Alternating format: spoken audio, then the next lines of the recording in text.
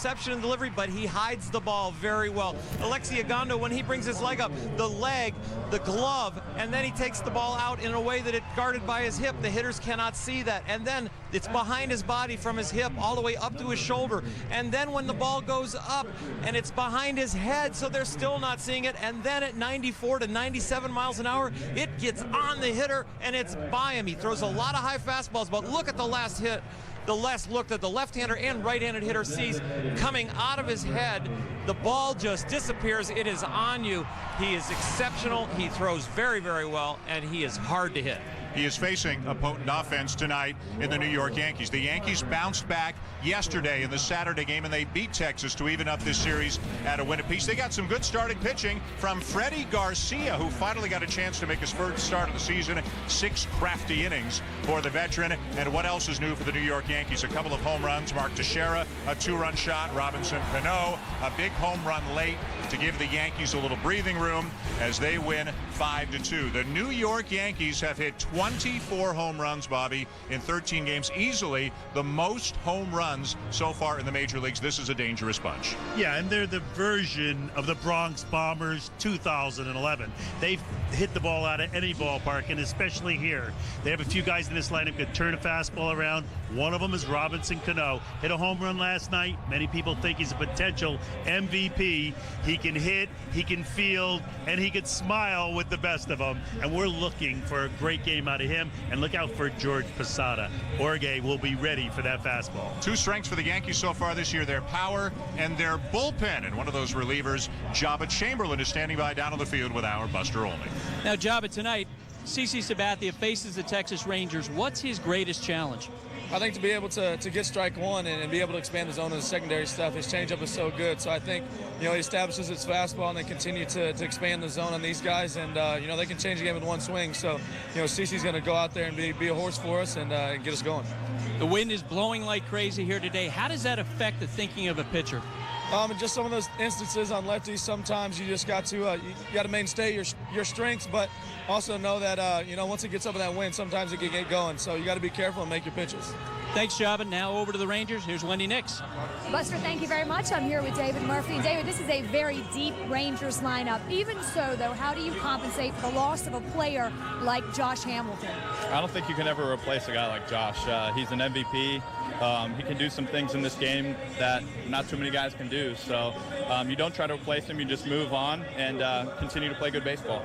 Alexi Ogando wasn't even tapped to be a starter in this rotation, yet he's been a major part of their success early on. What has he done that has allowed him to be so effective as a starting pitcher? He just pounds the strike zone, and he's gotten deep into games, low pitch counts, and he's got great stuff. So we saw him do it in the bullpen. Obviously we've seen him do it as a starter now, so hopefully can continue to be consistent. David, thank you. Dan? Wendy, thank you very much. Yankee Stadium continues to fill up. The Texas Rangers off to a great start this season. Take on the first-place team in the American League East, the New York Yankees, tonight in the rubber match of this 3-game series in the Bronx. Also coming up, a look back at an unusual injury. Josh Hamilton, the reigning MVP, out 6 to 8 weeks. The Baseball Tonight gang will look at some of the great performances from a Sunday around the major leagues, and a look back at the 2010 ALCS as the Texas Rangers advanced to the World Series for the first time in franchise history. For the second consecutive Sunday night game, we'll get a first-hand look at big left-hander CC Sabathia. The Yankees and Rangers are coming up. Whoa! I got a winner! I got a winner! Wow, he's excited. He thinks he got a winning taco. A winning taco? It's the new cheesy double-decker taco. It's like getting 2 tacos for 89 cents. Or, in his case, buying one and winning a second. Another winner! At 89 cents, everyone's a winner. The new cheesy double-decker taco. A crunchy taco and nacho cheese sauce all wrapped up. So it's like getting twice the taco. Only at Taco Bell. Yes! Yes! Why pay more? Take care of your engine, and it'll go far. One way I can take care of my engine, One-A-Day Men's, a complete multivitamin for my overall health. Plus, it supports my heart health and helps maintain healthy blood pressure. Whoa. Kinda makes your heart race, huh?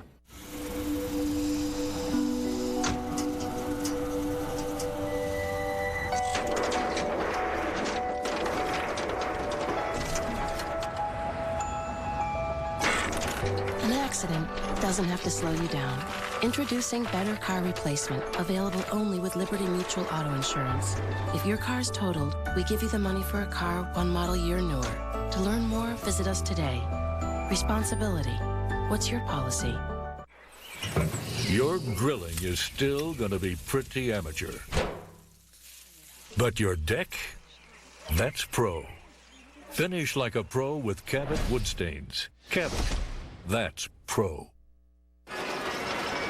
Oh, better luck next time, guy. I got it, daughter. I'll give you a shot.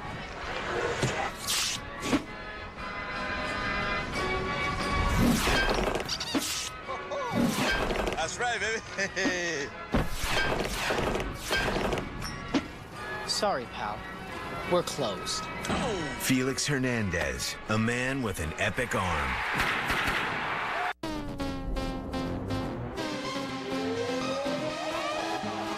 Unrestrained, unexpected, and unlike any hybrid you have ever known.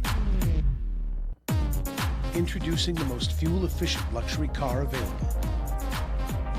The radically new 42-mile-per-gallon CT Hybrid from Lexus.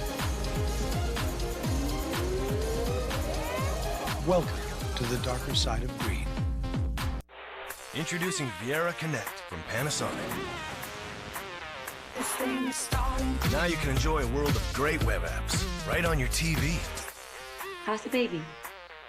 Finally sleeping. The new Panasonic TVs with Viera Connect.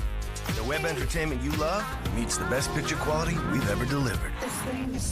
Come see the Panasonic Viera difference. Get a bonus Skype camera from Best Buy when you buy a qualifying Viera TV.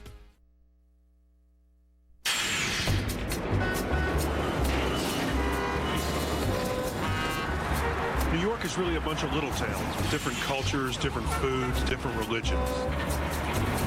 There is, however, a common language. Sunday night baseball.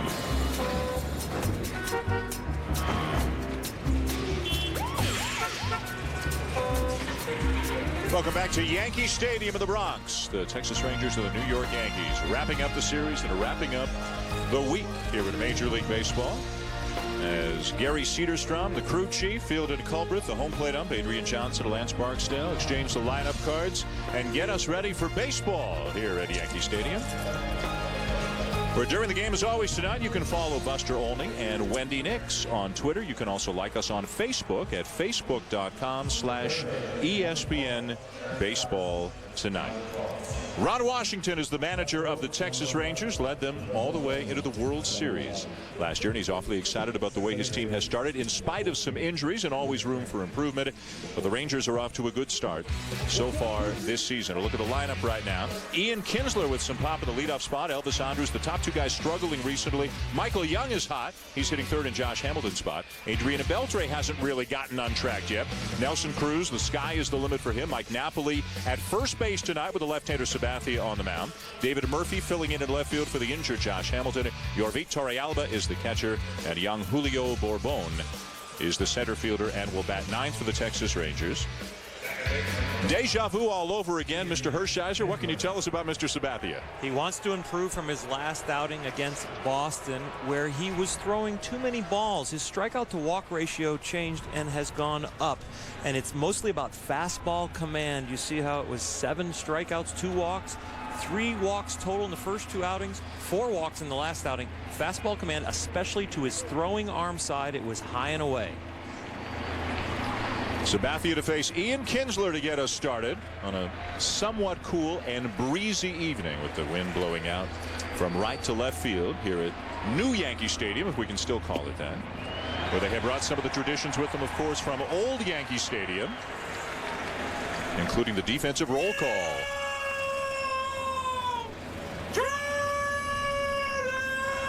That's Bald Vinny out there in the right field bleachers, getting him ready. As each Yankee is supposed to acknowledge the roll call as the fans come to each player in turn.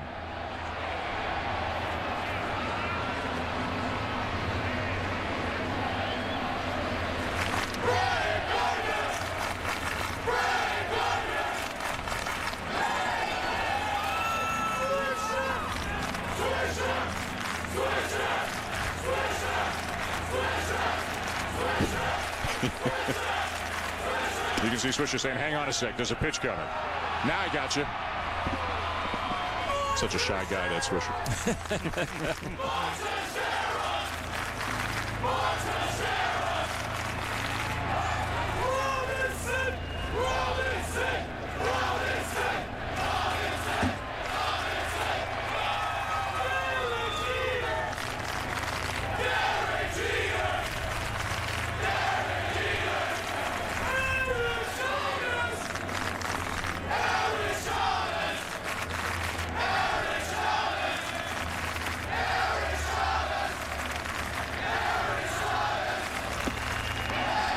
Strike 3 called to get Kinsler to start the game. And there Eric Chavez finally acknowledging the fans as he's throwing the ball around the horn. When you were out on the field, guys, I mean, they don't do it to the pitcher oral, but Bobby as an infielder, I mean, is this fun? Is this distracting? How do you like this ritual? I think it's a great ritual. As a matter of fact, it's just a page out of Japanese baseball. The only difference is they do that when you're at the plate, and everyone has a fight song, and that fight song is sung when you come to the plate and you acknowledge them, and then when you take the field, if you do anything good on offense, you salute them as you take the field.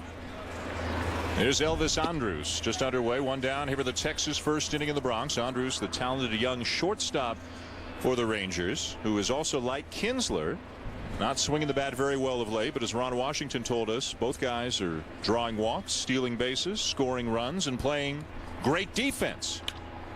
And there's a line over to left field for Andrus. A one-out single here in the top of the first inning as we set the Yankee defense for you now. Although Bald Vinny took care of that, but we'll reset it for you with Gardner, Granderson, and Swisher left to right in the outfield. The usual trio for the New York Yankees. Eric Chavez, back in the day, won 6 Gold Gloves with Oakland. Derek Jeter at short, Robinson Cano at second base, and Mark Teixeira, the first baseman.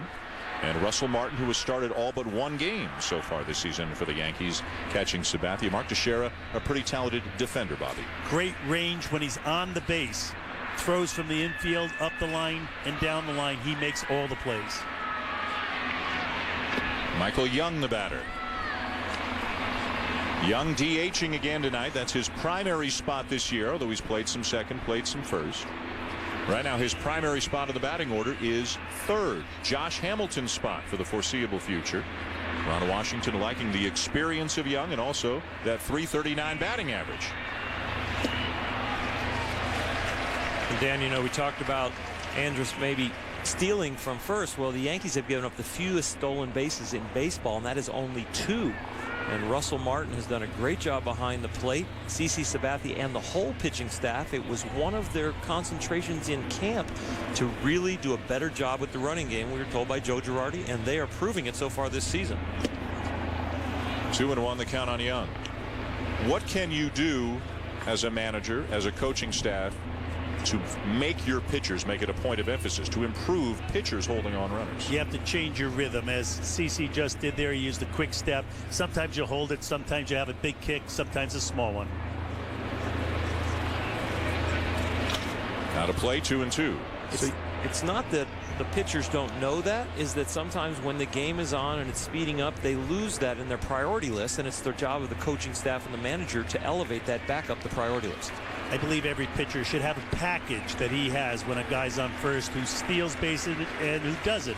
Hold it, throw to first, hold it, throw to home, quicken your move, slow it down.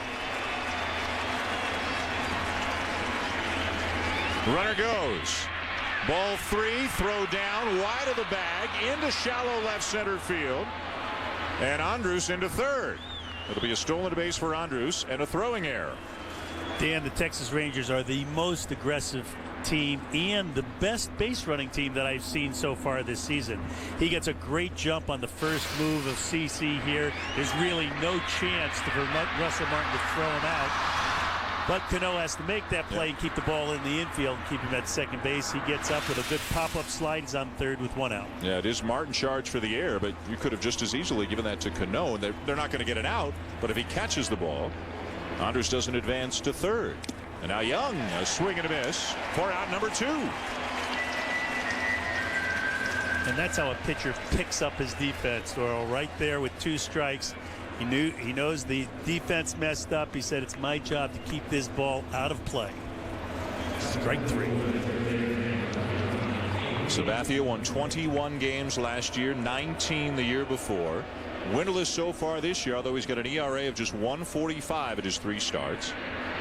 He faces Adrian Beltre, the new Texas Ranger third baseman. It's a smattering of boos, probably having to do with the fact that he played for the Boston Red Sox last year when he had incredible numbers. Has yet to hit for much of an average so far this year, although he has been productive.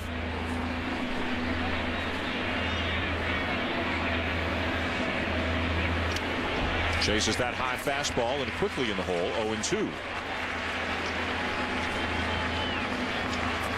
Well, he has 2 ideas here. Either follow that with a higher fastball or throw his breaking ball right off of that fastball and break it down and in. CC's breaking ball is really not out of the high fastball window. He does such a good job of throwing the ball on the same trajectory as his fastball, and it's usually the lower one. Just missed the outside corner with a fastball. That fastball right there is the fastball that his breaking ball will look the same out of. The last one is definitely going to be a fastball. CC hardly ever throws a curveball that goes up out of his hand. His curveball comes out very level and then bites. And it's a pitch that is always in his repertoire. 2-2. That was the changeup. An important pitch for him, right? I really believe that he carries his breaking ball with him almost every start. The pitches that he has to rely on are his fastball command and then his changeup. Those are the 2 pitches when he can locate the fastball and has the changeup that really make him the dominant pitcher that he is.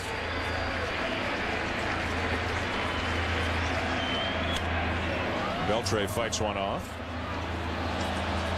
Last year, Beltre drove in over 100 runs.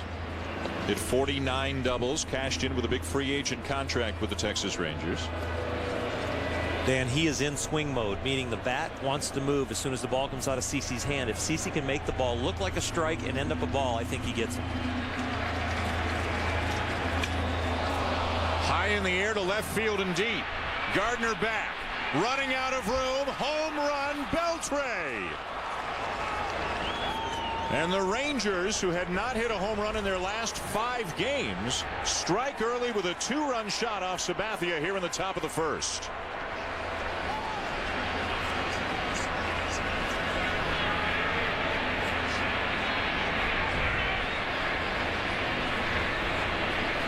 But this is what we were talking about, that CC's got him in swing mode, and he throws a ball that leaves his hand at a certain plane and ends up on the same plane, and Adrian was swinging as the ball came out of his hand. A great piece of hitting. Yeah, and you see it's a high ball that he has to get his hands up above of and swing up at. He meets that ball perfectly and hits it out of park, Dan. Not a lot of hitters can get to 93 up and out of the zone like that, can they? You have to really lift your hands up. You have to be strong, and you have to fight through that swing.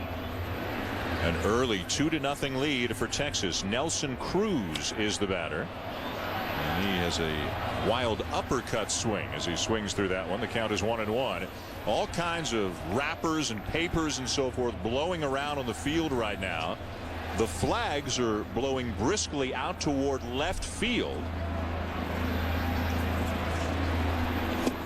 So Beltre may have gotten a little bit of help, although if you look down at field level, up in the air, the wrappers are blowing right to left. Down on the field, some of them are blowing left to right, and now the flags are changing direction. Everything is whipping around right now here at Yankee Stadium. Swing and a miss with the breaking ball to end the inning. So Sabathia strikes out 3, but also gives up a couple of runs on an Adrian Beltre home run. Texas strikes early.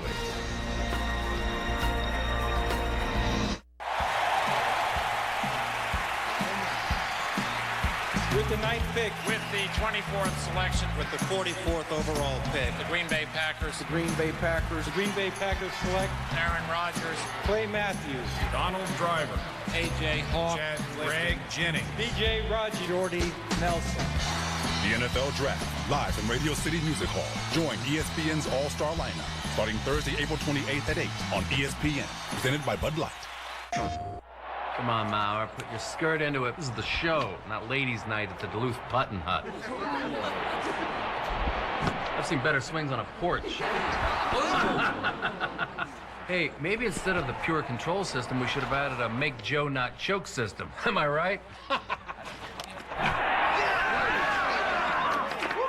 with a stick. Well played, Mauer. The show, rated E for everyone. PlayStation.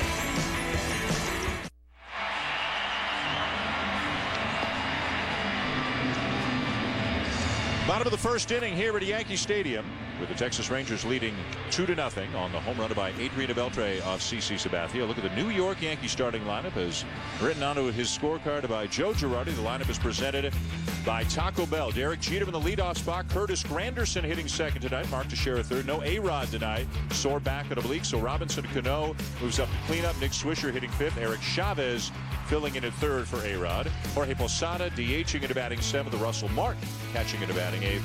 And Brett Gardner in left field batting ninth. A very talented pitcher on the mound tonight for the Texas Rangers, Oral, Alexi Ogando. In 2005, he was an outfielder. Now he is a pitcher. A very simple delivery, but a high fastball delivery. In the 8th inning of last year, as a reliever, up to 97 miles an hour. As a starter, fastball's down to about 94, but the breaking ball has really come. He changes speeds on his slider, but the ground ball to fly ball ratio, he is a fly ball pitcher. And with this wind swirling here tonight, could be blowing out the left or right. On the field, it's different, but those flags are going out the left, and that ball that Adrian Beltre hit really got out of here. You saw the names on that chart. You can be a successful pitcher in spite of the fact you give up a lot of fly balls. We'll see how Ogando fares on a windy night here at Yankee Stadium. Ogando gives up fly balls. Nobody hits more ground balls these days than Derek Jeter, the most scrutinized swing in America. Jeter is hitting .240 on the season, 12 for 50. He has 11 singles, 1 double, on the heels of a .270 season a year ago. 1 ball and 1 strike. And it seems almost everybody has an opinion on Derek Jeter. Bobby Valentine thinks he's this close to breaking out. I talked to him before the game in the clubhouse. I asked him what he thought. He said, I'm really close to having the rhythm down. Liner to right field. Cruz back. Makes the catch. Sharply hit. But it's an out here for Jeter in the bottom of the first. And that was vintage Derek Jeter. He has 2,900 plus hits with that exact same approach. It's a fastball that he hits on the nose, leads with his hands just a little, has nothing to show for it, but it is a good feeling. I'm getting there, he says. There you can see it, 2,938 hits. So health permitting, on his way to 3,000, would become the 28th member of the 3,000 hit club at some point this year. Here's Curtis Granderson, the Yankees center fielder, hitting .238 on the season, 3 home runs.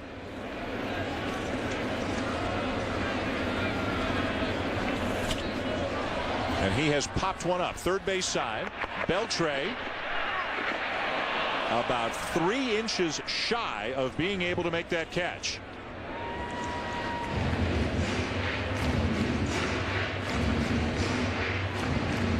As a pitcher, boy, that's got to bug you just a little bit, huh? Just a little bit. You know, if the wind took it out of there. Adrian did a great job getting over there, getting to the rail, and now reading the ball.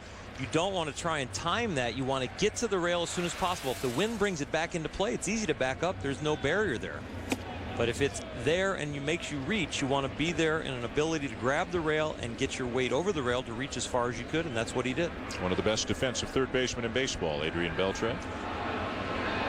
Alexi Ogando just missed high with a 95-mile-an-hour fastball. Comes right back to the fastball at 96. Gets another pop-up. This one playable. And Beltre wants this one. And will make the catch for the second out. Andres might have called him off in a normal situation, but Beltre just missed the last one in foul territory. He wasn't letting anybody have that one. Alexi's come out in this first inning with a 2-run lead and establishing his fastball. He said, here it is. You guys want to know what I have as a starter. I'm going to give you fastballs, and you're going to see many more of them here against Teixeira, especially up in the zone and in the zone. And a strike at 95 as the Rangers put the shift on against Teixeira, even with Agondo throwing as hard as he does. 3 infielders on the right side of the diamond for Teixeira, who's already got 5 home runs this season. There's the breaking ball. You see 2 different breaking balls, but both will really be called off the slider sign. He has a get-ahead breaking ball that has a shorter, tighter break, and then he has a little slower breaking ball for the strikeout. High fastball popped up. So true to form. Everything in the air, but 3 up and 3 down to the New York Yankees. Agondo, an impressive start to this game here tonight.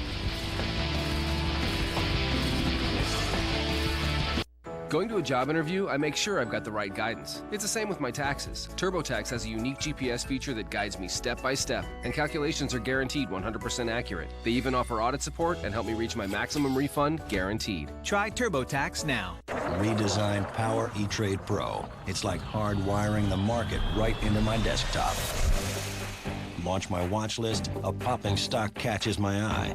Pull up the price chart, see what the analysts say. As I jump back, CNBC confirms what I thought. Pull the trigger, done. I can even do most of this on my smartphone. Really, it's incredible. Like nothing I've ever experienced. Unleash your investing and trade free for 60 days with E-Trade. Oh, great job, great job. Come on, one place, let's make this count. I touched the ball before it went out, Coach. Come on, Alex, the ref did not call that. I touched it, it's their ball. Alex. Good call. Sportsmanship. Pass it on.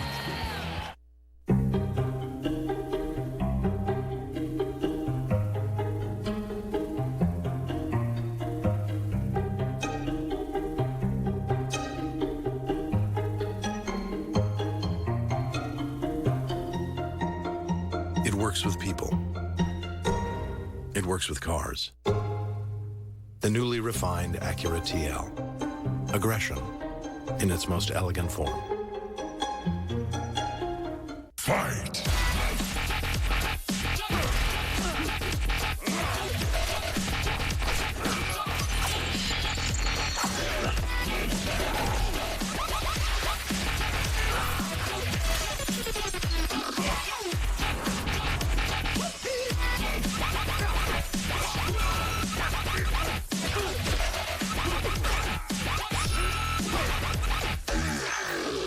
Mortal Kombat. Rated M for mature. All right, Brad. Keep him pitched down. 22's up by here. Watch out front, Brad. Trevor, make spin up top. Trevor, do you still copy? Making a move.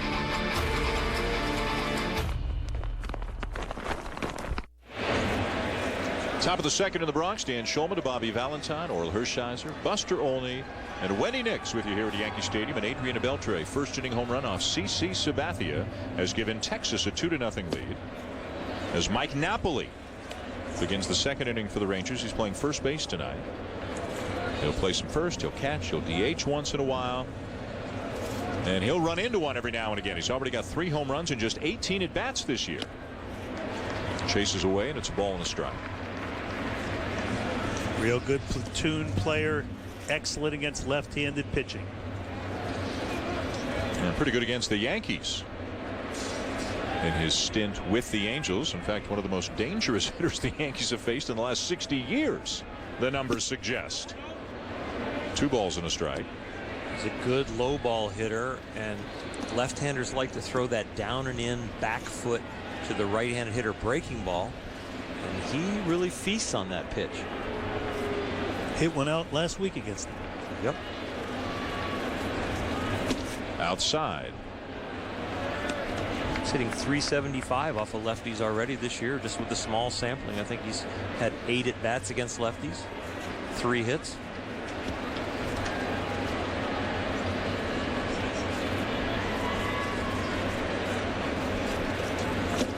Big swing and a miss and a full count on Napoli.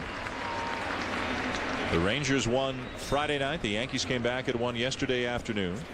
The Rangers coming into this series with Harrison, Holland, and Agondo, their 3 most inexperienced starters, starting for Ron Washington, but they've split the first 2 games. Up high, ball 4.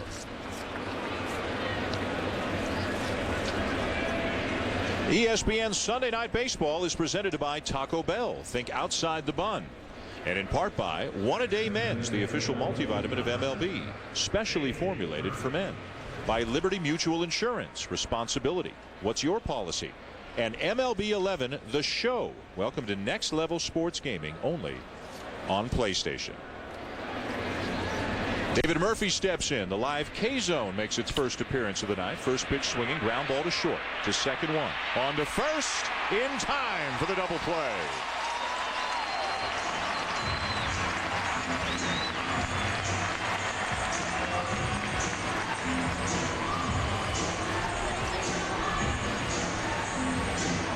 Teams within teams work together, and the shortstop combination is one of those teams within a team. And here's Derek giving a nice chest-high feed to Robinson Cano, who touches the base with his left foot, brings the ball down, and then uses the bag to get up over the runner as he comes in.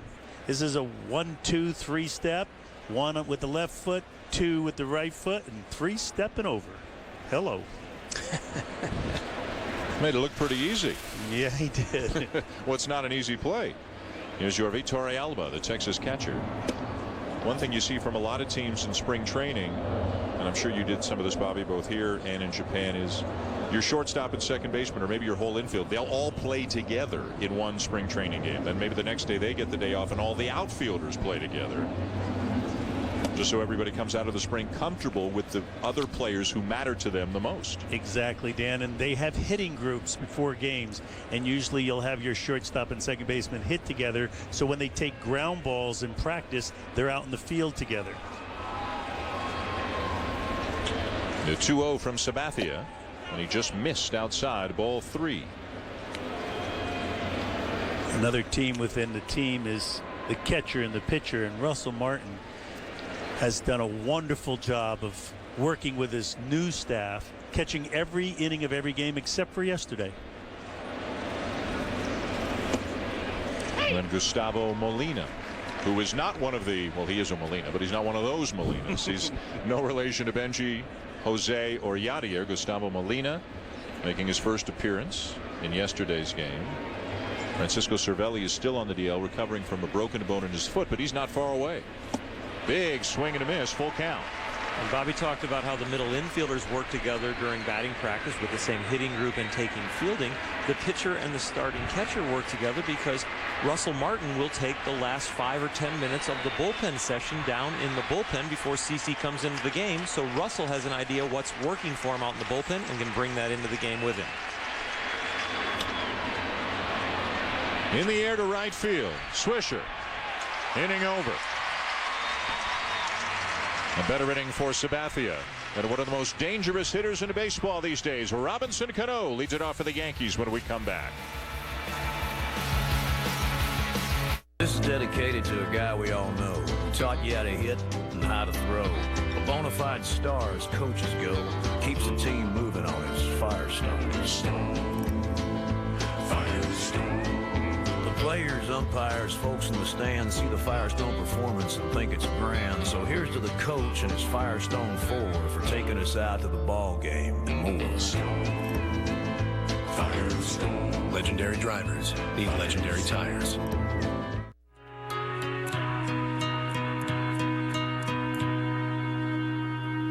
Yep.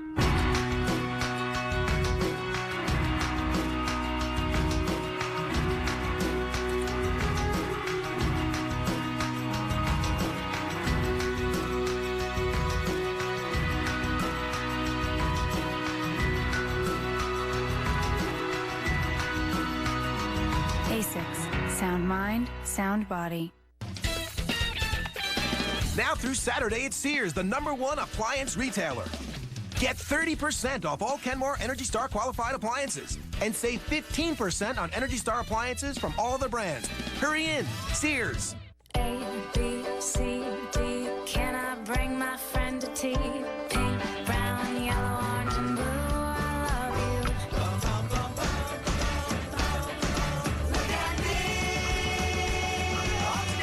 Unlimited is good. And thanks to Sprint, you can talk, text, and post as much as you want for no extra cost. So go ahead, world. Unlimit yourself. Sprint, America's favorite 4G network.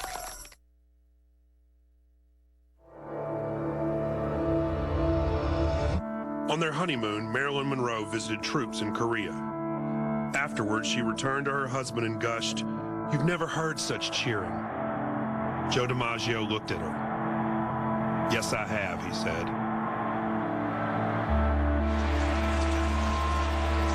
Monument Park, of course, was brought over here to New Yankee Stadium from the old barn across the street. Joseph Paul DiMaggio, the Yankee Clipper. Today, by the way, is the 60th anniversary of Mickey Mantle's Major League debut, April 17th, 1951. Also happened to be the first game ever for the legendary PA announcer for the New York Yankees, the late Bob Shepard, who worked about some 56, 57 years. 60 years ago today, both Mickey Mantle and Bob Shepard made their debuts with the New York Yankees. My senior year in high school, I was the guest of Michael Burke, who was the president of the New York Yankees at the time and an alum of University of Penn. He let me come on the field and meet Mickey Mantle as a high school senior. Cano pops it up. And no play here as Agondo quickly jumps out in front 0-2. Robinson Cano's on an 8-game hitting streak right now, 364 during that stretch.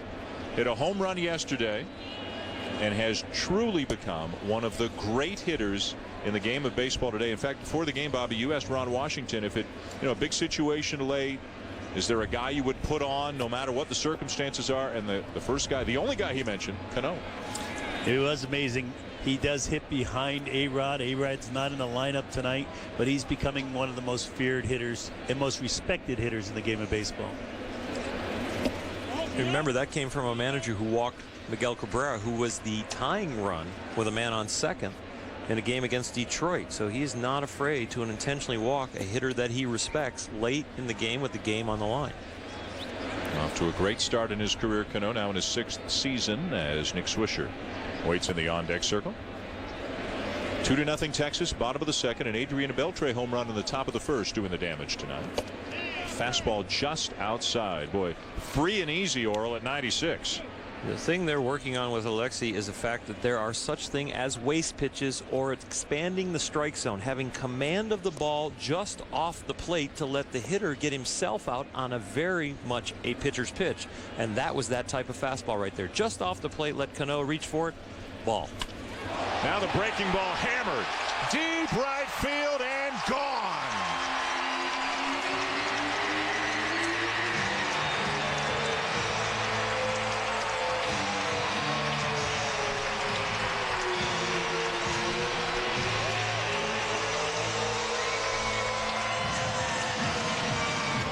A no-doubter from Robinson Cano to extend his hitting streak to 9.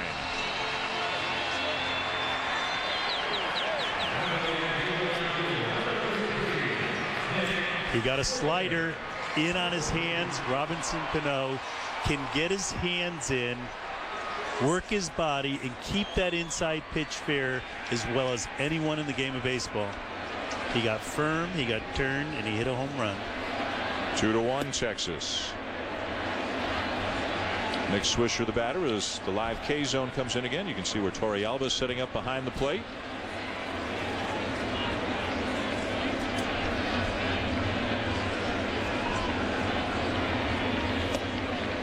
Didn't miss his spot by much, just missed the outside corner.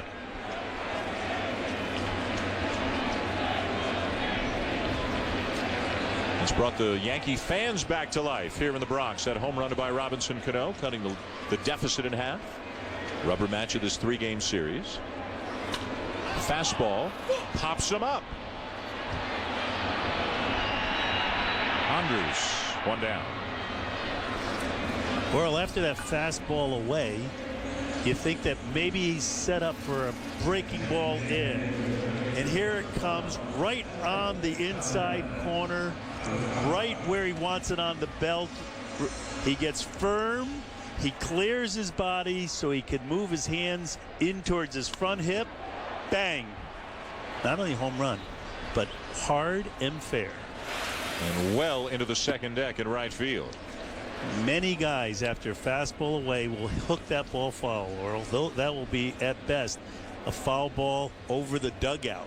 He kept it fair because he's very efficient.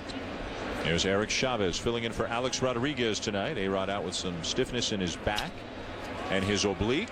Ground ball to second. Righted Kinsler for the second out.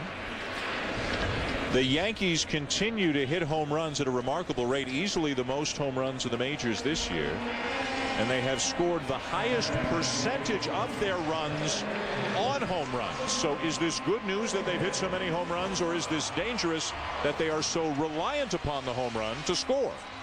Going into the day, the second place team only had 18. They had 24, and I don't think it's a problem as long as they're going to outslug the whole league. They're just really good singles. And if their average is slightly down, but they're producing runs, this is a game of eliminating runs and scoring runs.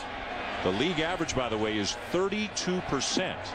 So the Yankees score 61% of their runs on homers this year. The league average 32%. A great example is Jorge Posada. He's got 7 hits this year, and 5 of them have been, to use Oral's term, really good singles.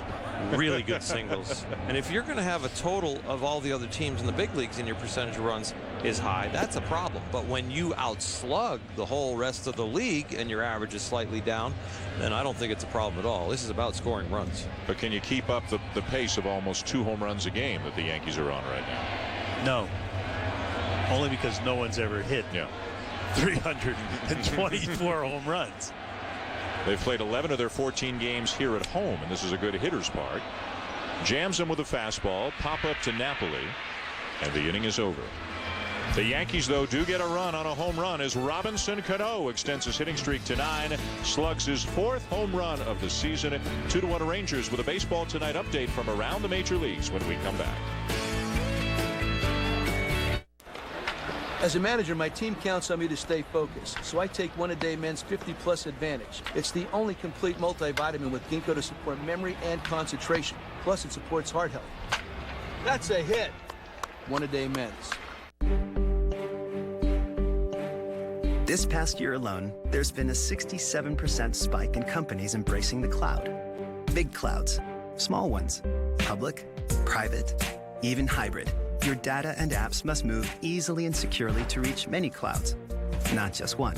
That's why the network that connects, protects, and lets your data move fearlessly through the clouds means more than ever. Cloud with confidence. See how at Cisco.com. Cisco. We just jumped to the top of the wanted list. Sooner or later, we're gonna end up behind bars, but not today. You're going down, Toretto. Big mistake. Fast and Furious 5, rated PG-13. In theaters and IMAX, April 29th. This felt like the smartest car. When Ford swaps your ride, you tend to talk about it. Mallory, you were driving a what? Honda Accord. And now you're in a? Ford Fusion. My gas mileage was awesome because I'm always in the car and I'm driving everywhere. Mallory, bit of a hugger. I really like finding things along my route. Find shoe stores. Destination shoe store. You guys must be fun to ride around with. Swap your ride and get a fuel-efficient Ford Fusion with 0% financing plus $500 cash back. We're going shoe shopping today.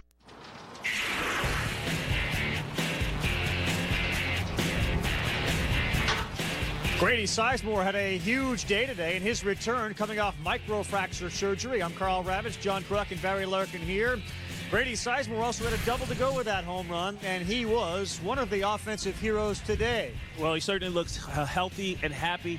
He talked about wanting to come back before his time, but you know what? He's doing good and making contributions. And Matt Kemp with a big 2-run walk-off homer. Ryan Franklin, another blown save. Could be an issue in St. Louis. And again, the wind has been blowing here all day. Barry Larkin and John Kruk. We have seen a couple of home runs. Do we anticipate some more tonight? There's going to be plenty more runs scored in this one. I do, yes. All right, well, this was the first home run the Rangers have hit in 5 games, and it was Beltre, who wasn't a Ranger last year. See you in the 6th, Dan. All right, Carl, thank you very much. Julio Bourbon will lead off the 3rd for the Rangers against CC Sabathia. You guys mentioned St. Louis. Ryan Franklin blowing the save against the Dodgers today. We will be in St. Louis 1 week from tonight as the Cardinals host the Cincinnati Reds. The MVP of a year ago, Joey Votto. The MVP of the year before that, Albert Pujols, going toe-to-toe next week as Bourbon chops one foul up the first base line. Dan, Pedro Bourbon is one of the benefactors of Hamilton getting injured. He's really the only center fielder that they have on their team, and that means he's going to get on a lot of playing time. He's going to be in center field. He knows he comes to the park every day, and they're going to get a true read on what kind of player he is after these 2 months. No balls and 2 strikes on the young center fielder. Lefty on lefty. Sabathia's breaking ball slapped between first and second and into right field. A base hit for the speedster. Bourbon is aboard to begin the third.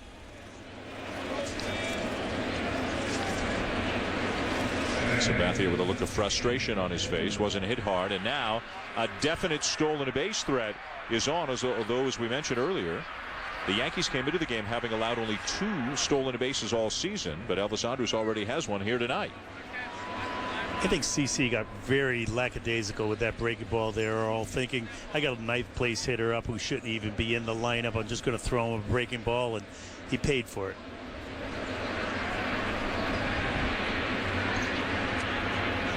Kinsler, the batter, shows bunt, takes a strike. This is a time when CC can't have his attention divided. They've already given up a stolen base in this game. It was on first move. Ian Kinsler started off a slow start lately. He's been swinging the bat poorly, but at the beginning of the year he was hot, and this is the type of pitcher he likes if the fastball's in there. CC's got to really concentrate on the hitter here and not the base runner. Well, Gary Pettis, the first base coach who has worked with these baseball players religiously, knows that this is a 1-3-5 move to the plate, easily stolen if you go. Little slide step to a certain extent there from Sabathia. He changed it up and turned it into the 1-3-5 to a 1-1. That's one of those moves that if you're thinking about stealing, as soon as he gives the quick step in, you shut it down.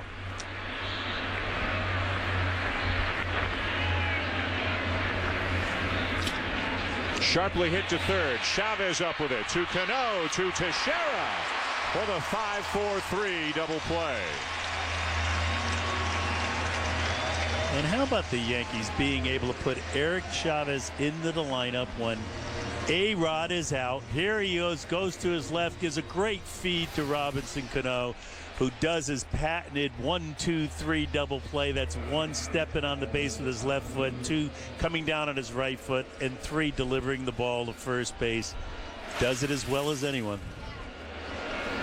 6 Gold Gloves with the Oakland A's, Eric Chavez, who the last 4 years, he didn't play a whole lot at all the last 4 years because of injuries, but you go back to his prime with the Oakland A's as a defensive third baseman, as an offensive player. You're talking about one of the special players in baseball for a number of years. Absolutely. There's Elvis Andrus. And Dan, during the winter, there was so much made of the Yankees not making any moves. And Brian Cashman, along with his scouting director, Billy Epler, did a fabulous job of getting Chavez, of getting Martin behind the plate, getting pitchers. Bartolo Colon. Last night we saw Garcia out on the mound. Freddie Garcia. And you know, this is just a group of well-trained athletes put together in the right spot, and a great job of scouting by Epler and Cashman. On the appeal, he did not go, and the count is 3 balls and a strike on Andrus. Russell Martin has turned into one of the more significant offseason pickups so far, catching every day but one, throwing out runners, swinging the bat well, and learning a whole new pitching staff. On the corner, full count. And on his off day, where was he, Dan? He was sitting between 2 of the starting pitchers in the dugout. Nova and A.J. Burnett. Yeah. Joe Girardi liked that.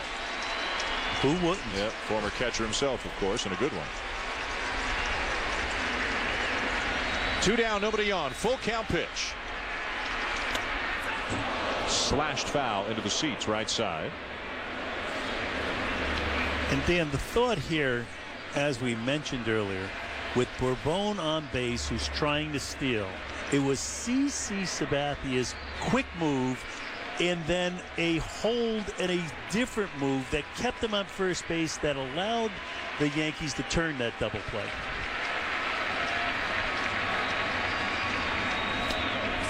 Fights off another one.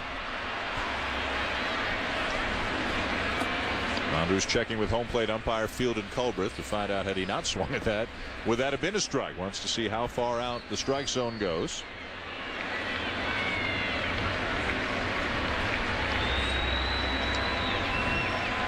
Eighth pitch of the at bat. Ground ball to short. Jeter to his left. Inning over. No runs, a base hit, nobody left. The Yankees coming up at the bottom of the third, trailing 2-1.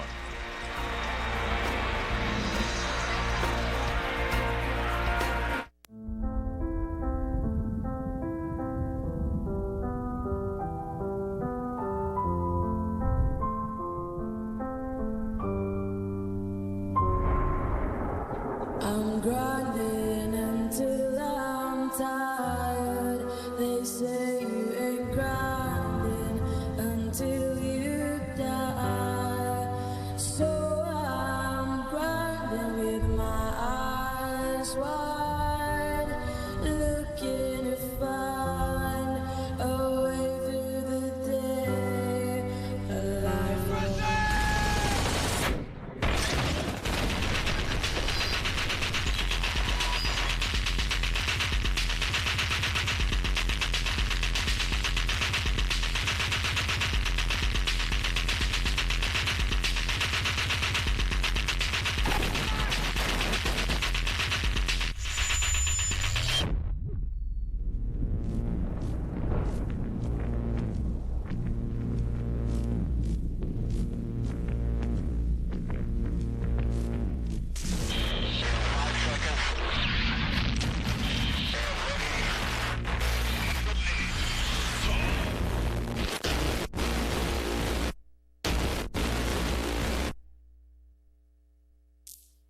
Product not yet rated. This is the story of old Detroit meeting new Detroit. The story of power and efficiency living together as brothers under the same roof. It's a classic tale of a best-in-class V6 engine with a modern 29 miles per gallon twist. This is the Motor City, and this is what we do. Green Bay Packers select Aaron Rodgers, Jordy Nelson, A.J. Hawk, Clay Matthews, Donald Driver. The NFL Draft starts Thursday, April 28th at 8 on ESPN. Bottom of the third inning at Yankee Stadium with Bobby Valentine, Oral Hershiser, Wendy Nix, Buster Olney, and of course Carl Ravitch, John Kruk, Barry Larkin, and baseball tonight here as well. Bottom of the third, 2-1 Texas. Alexi Ogando, 27-year-old right-hander from the Dominican Republic, making his third major league start. And he hits Russell Martin with the first pitch of the inning. Breaking ball slipped out of his hand, grazed Martin. No intent as Martin takes his base. Ogando was a reliever last year with the Rangers, had an ERA of 1.30 in 44 appearances. This is a young man who was originally an outfielder in the Oakland A's system, a Rule 5 draft by Texas many years ago, but was denied a visa to the United States for 5 years after being one of many young baseball players from the Dominican Republic who married young women who had previously been denied visas to the U.S. in an attempt to get them into the United States. They all showed up, or many of these young players and their wives, their new wives showed up at the U.S. Embassy, and the U.S. Embassy figured out something was going on, blew the whistle on the whole thing, and a lot of the players were denied visas for a long time, including Ogando. Couldn't get into the U.S. for the last 5 years. So he was pitching at winter ball and in the Dominican Summer League. And the Texas Rangers, Bobby, they've been waiting a long time in the hopes of getting him up here because they knew how good his arm is.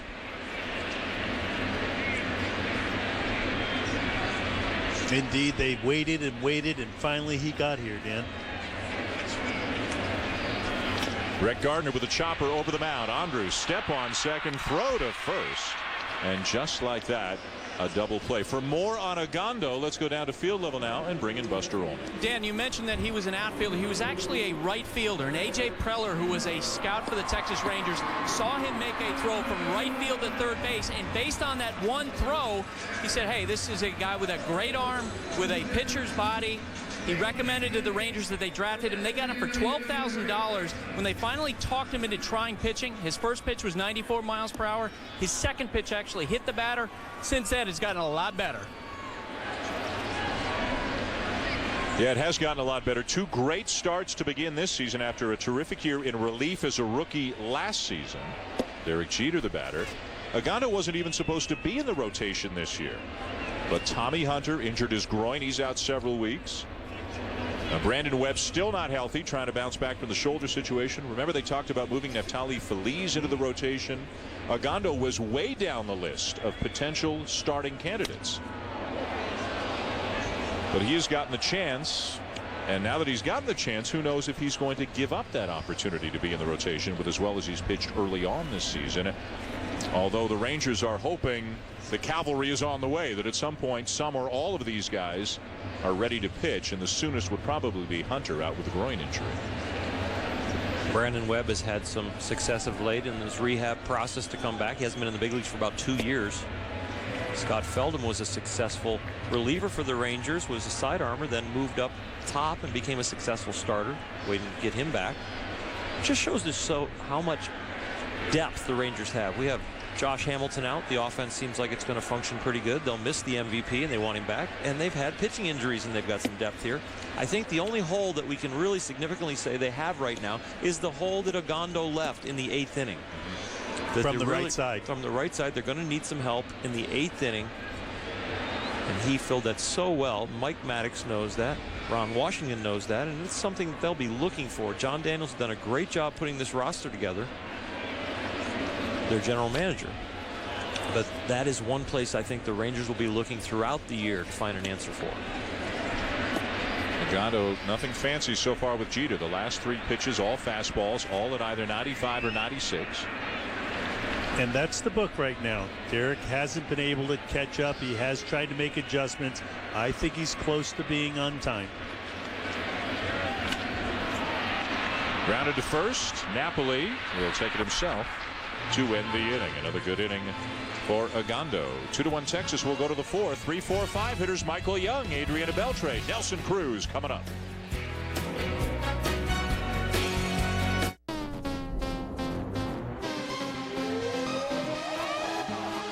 Unrestrained, unexpected, and unlike any hybrid you have ever known. Introducing the most fuel-efficient luxury car available. The radically new 42-mile-per-gallon CT Hybrid from Lexus. Welcome to the darker side of green. Introducing Viera Connect from Panasonic. Now you can enjoy a world of great web apps right on your TV. How's the baby? Finally sleeping. The new Panasonic TVs with Viera Connect. The web entertainment you love meets the best picture quality we've ever delivered. Come see the Panasonic Viera difference. Get a bonus Skype camera from Best Buy when you buy a qualifying Viera TV. Oh, I got a winner! I got a winner! Wow, he's excited. He thinks he got a winning taco. A winning taco? It's the new cheesy double-decker taco. It's like getting 2 tacos for 89 cents. Or, in his case, buying one and winning a second. Another winner! At 89 cents, everyone's a winner. The new cheesy double-decker taco. A crunchy taco and nacho cheese sauce all wrapped up. So it's like getting twice the taco. Only at Taco Bell. Yes! Yes! Why pay more? When Ford swaps your ride, you tend to talk about it. A lot. You've had the Escape for a week. I was a Honda guy for a long time. The Escape actually has great gas mileage. I need something fuel efficient. It's very important. I'm an adrenaline junkie. I keep a ton of stuff in my car. You have the park assist in that, right? You take your hands off the wheel. That is crazy. How's that work on your Honda? What Honda? Swap your ride and get a fuel-efficient Ford Escape with 0% financing plus $500 cash back. I think we need to try it a little longer. About a year. Your grilling is still going to be pretty amateur. But your deck, that's pro. Finish like a pro with Cabot wood stains. Cabot, that's pro. Top 4 in the Bronx. Rangers 2, Yankees 1. Final game of this 3-game series. Each team has won once so far. CC Sabathia facing Michael Young, the DH and number 3 hitter in the Texas lineup to begin the inning. Young struck out swinging his first time up. He'll be followed by Adrian Beltre, who homered tonight in his first at bat, and then Nelson Cruz. K-zone back in there. Shows that breaking ball from Sabathia. Drops in for a strike. Dan, in the wintertime and the springtime, Michael Young was on the trade block, and sometimes the best deals you make are the ones you don't make. And Michael Young's here batting third, and they're glad they have him. Into right field. That's a base hit, and it's going to get all the way to the wall in the corner. Young is on his way to second base and is in there with a leadoff double. This is a AL batting champ. This is a guy who's the only player in Major League history to start 130 games or more at second, short, and third base. And he's a credit to the community and his team. He gets a fastball up and away and does exactly what it's taught to do. He comes down, he stays there, he picks the ball up a little further back in the plate and drives it into right field for a double.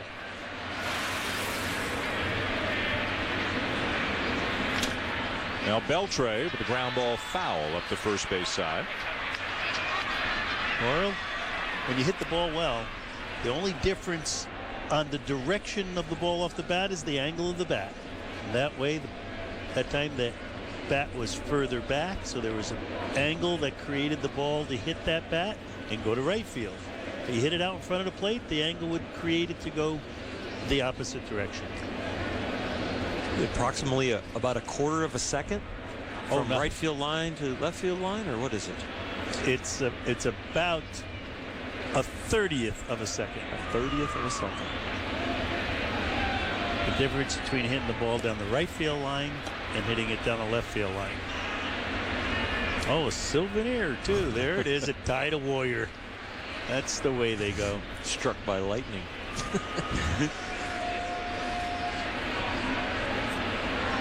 Beltre back in there. Whatever the timing is for Michael Young, he seems to do very well in this ballpark. He's now had a hit in all 15 games he's played in this stadium. That includes the ALCS of a year ago. And he's got an 18-game New York City hitting streak going back into the 2008 season. He was moved into the 3-hole when Josh Hamilton got hurt. And the reason he got there is the resume, the experience. It really was a surprise in his first at bat when he struck out with a man on third. He was 2 for 2 in those situations this year, and over his career he's been fantastic, and he made up with it with this double. Only Ichiro has more hits than him over the last 8 seasons. Michael Young is 2 and Derek Jeter is 3. Albert Pujols is 4. Imagine. Very good from memory. Here's the 0-2. Reaching for it, little looper, left center field, will drop for a base hit. Young around third on his way home, beats the throw. Yeah. On the RBI single by Beltre, who's driven in all 3 runs for the Rangers here tonight. Earl, you saw it. I saw it. Not only an experienced hitter is Michael Young, but an experienced base runner. He knew where the outfielders were playing. He's on second base with no outs. He knows he wants to get the third. But as this ball is hit, he reads it. He knows the ball's dropping. He scores on a base hit. Less experienced player would still be on third base, worried the ball might be caught by the left fielder. You think that glance out to the outfield is the first time he knew where the outfielder are? No, he did that before the pitch was thrown. So he was just reassuring the information he already had in his head that was going on behind him. And that glance was just to make sure, yep, it is gone. Exactly. You take a picture in your head when you're on second base, taking off your lead and checking the outfielders and the infielders. And you're just assuring that the picture is the same. Time called. So Beltre's driven in all 3 runs. Texas leads 3-1. Nelson Cruz is the batter. A young man Ron Washington said before the game, as we get a huge flash of lightning all of a sudden right over the stadium as you look out to center field. There's the thunder, and all of a sudden the skies have opened up here in the Bronx. Wow. That lightning engulfed the entire sky. I've never seen that. It went from foul pole to foul pole, and that got everybody's attention in a hurry.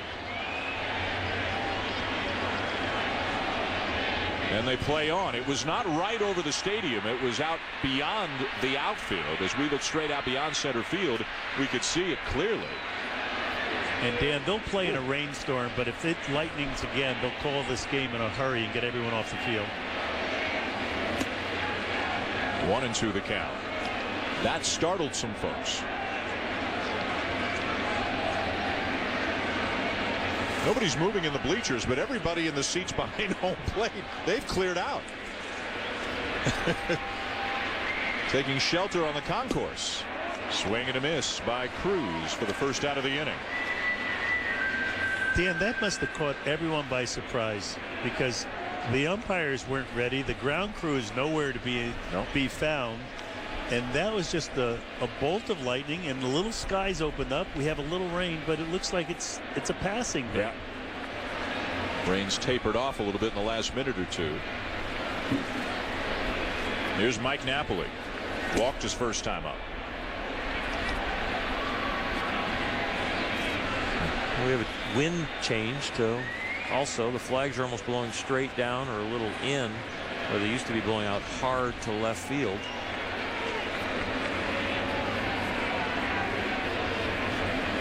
Well, down to the field right next to the grounds crew is our Wendy Nix. Wendy, what was your vantage point on that lightning down there? Oh, Dan, I am standing literally in the middle of the grounds crew who truly believed they were headed out. They had the tarp and took one step on the field before they were halted. So they thought they were headed out and just are ready to go at this point, waiting to see what happens. Took everybody, or, well, we can't speak for everybody. Took us by surprise. Seemed like it came out of nowhere. There's a strike, 2-1.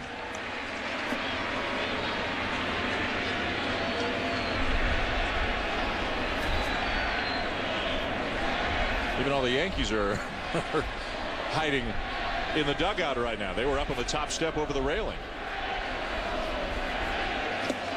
Good changeup, 2-2.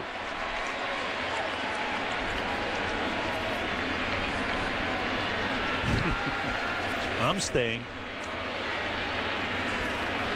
Wind is still blowing. The flags have kind of reversed, blowing more from the left field corner toward the right field corner now, which is the opposite of what was happening at the beginning of the night. Ground ball to short. The second one, and on to first as the Yankees turn their third double play of the night. Another run for the Rangers. Ron Washington with Wendy Nix from the Texas dugout when we come back.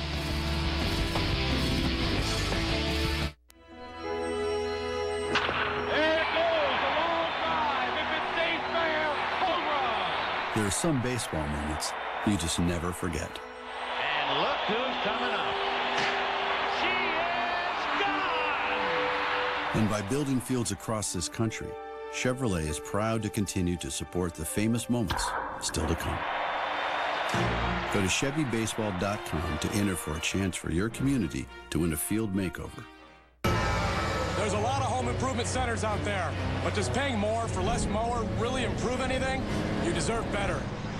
That's why Sears brought the 2011 Craftsman line here, to put our money where our mouth is. Welcome to the turf war.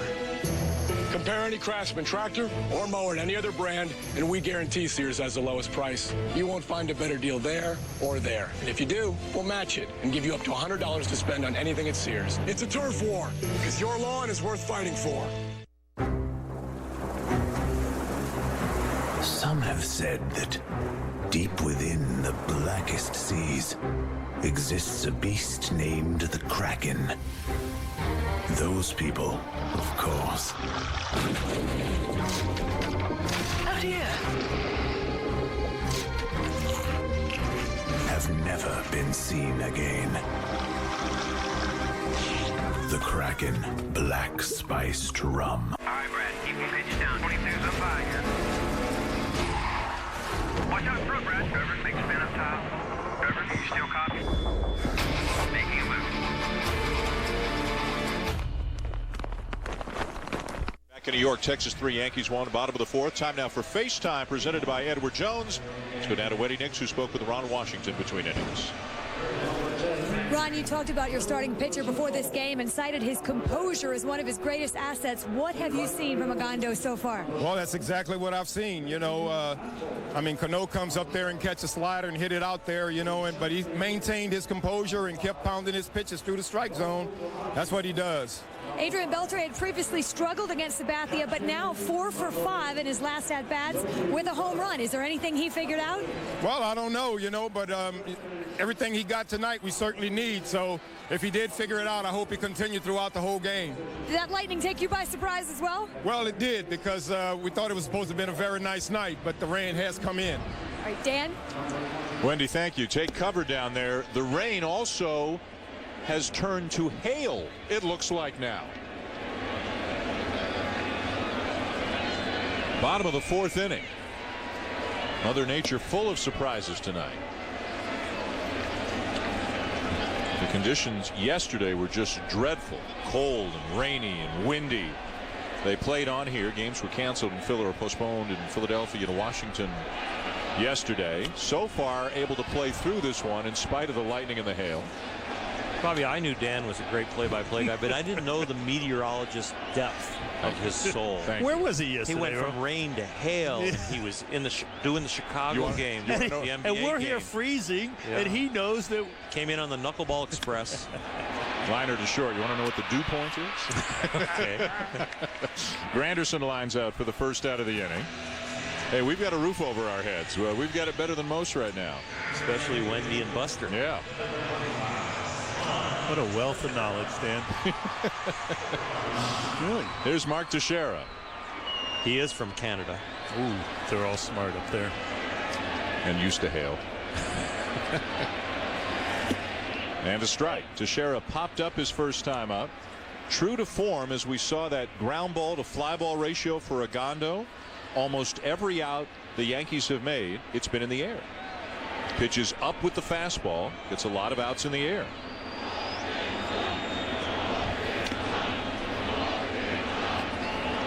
Well, I truly believe he's able to pitch up in the strike zone because it's hard to see the ball, so they pick it up a little late. Once they pick it up, it looks good because it is up, but then it's 94, 95 miles an hour, and they're a little late and a little under it. Teixeira won't chase. Had a little blister problem in each of his first 2 starts. It seems to be gradually getting better. And Ron Washington says if it's not a problem, Ogando stretched out. And Ogando actually went to Washington and said, I want to give you 9 tonight. Went 6 in his first start, 7 in his second. Wants to go the distance tonight. The first start, the blister formed. The second start, it popped. And this is the 3rd start, and he's got an extra day's rest, 5 days rest, and it did not set him back from his side work. So you know when there was still throwing between starts, it's not too bad. Breaking ball grounded down to first. Big hop for Napoli. 2 down. That'll bring up Robinson Cano, who is the only Yankee who has been able to do anything against Alexi Ogando so far tonight. He got a slider in his first at-bat back in the 2nd inning and left little doubt. He hit a rocket into the second deck at right field for his 4th home run of the season.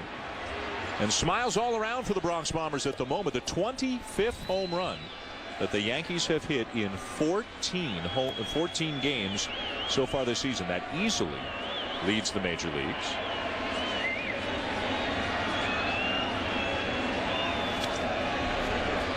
And it ties an all-time franchise record. And when you're talking about the New York Yankees, that says something. Ties an all-time franchise record for the most home runs in 14 games to begin a season. Now, again, 11 of the 14 have been hit here. And this, as we all know, in the last 2.5 years, first 2.5 years of this ballpark, it's a great hitter's park. But it still speaks, Bobby, to the power this lineup has, whether it's Cano or A-Rod, Teixeira, Swisher, Posada, a lot of guys who can take you deep. In any ballpark, Dan. Real interesting mental battle going on right here because Ogando in the first at bat really had a chance to put him away and hung the breaking ball that he hit for a home run. Now Cano comes up in the next at bat knowing that he hit a breaking ball for a home run. He sat on first pitch fastball and swung the bat almost as hard as I've seen Robinson swinging in a long time. And after that really strong swing, where'd Ogando go? Down and in to make him jump a little rope. It's an ego battle. Fly ball to left field. Cano and the Yankees are retired. Buster Olney with Joe Girardi when we come back. Here's the deal. You hate blowing money, but you want a ton of food. Taco Bell's $5 box. A cheesy double-decker taco, burrito supreme, taco supreme, cinnamon twist, and medium soda. All for just $5. Now that's a deal. No matter your age, skill level, or position, whether you're training or defending the title, your equipment is your edge. To take the extra base, cover the middle, or turn a routine fly ball into a home run. We know the gear because we live the game. Check out our biggest baseball selection ever. It's always baseball season at Dick's Sporting Goods. To rebuild something, you must first tear it down. And as you've probably heard, this place has seen its share of that. Yes, we have become an underdog. But no, we will not be asking you to lower your standards to buy a car made here. We will, in fact, be asking you to raise them. Sun Life Financial is the 5th largest life insurance group in North America, and somehow people don't know our name. We're about to fix that. I hear you're the clown in charge. So, Cirque du Soleil becomes Cirque du Sun Life. Because Soleil means sun. Hey, you're gonna I'll take that as a yes. Sooner or later, you'll know our name. Sun Life Financial. This is Brian Wilson of the world champion San Francisco Giants. Join us now on a journey inside his beard.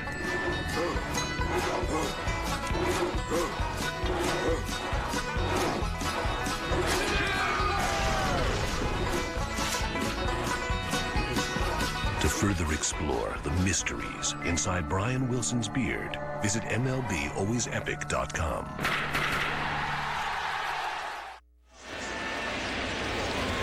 Three to 1 Rangers over the Yankees. We go to the top of the 5th inning. The weather seems to be getting a little bit better. Not raining as hard right now. As we go to the 5th, David Murphy will lead it off for CC Sabathia. Against CC Sabathia, and he takes a fastball at the belt for his strike. Murphy grounding into a double play. His first time up. He'll be followed by Yorvin Torrealba and Julio Bourbon, the bottom third of the Texas lineup here in the 5th inning. Good breaking ball for a strike of the knees. Quickly 0-2.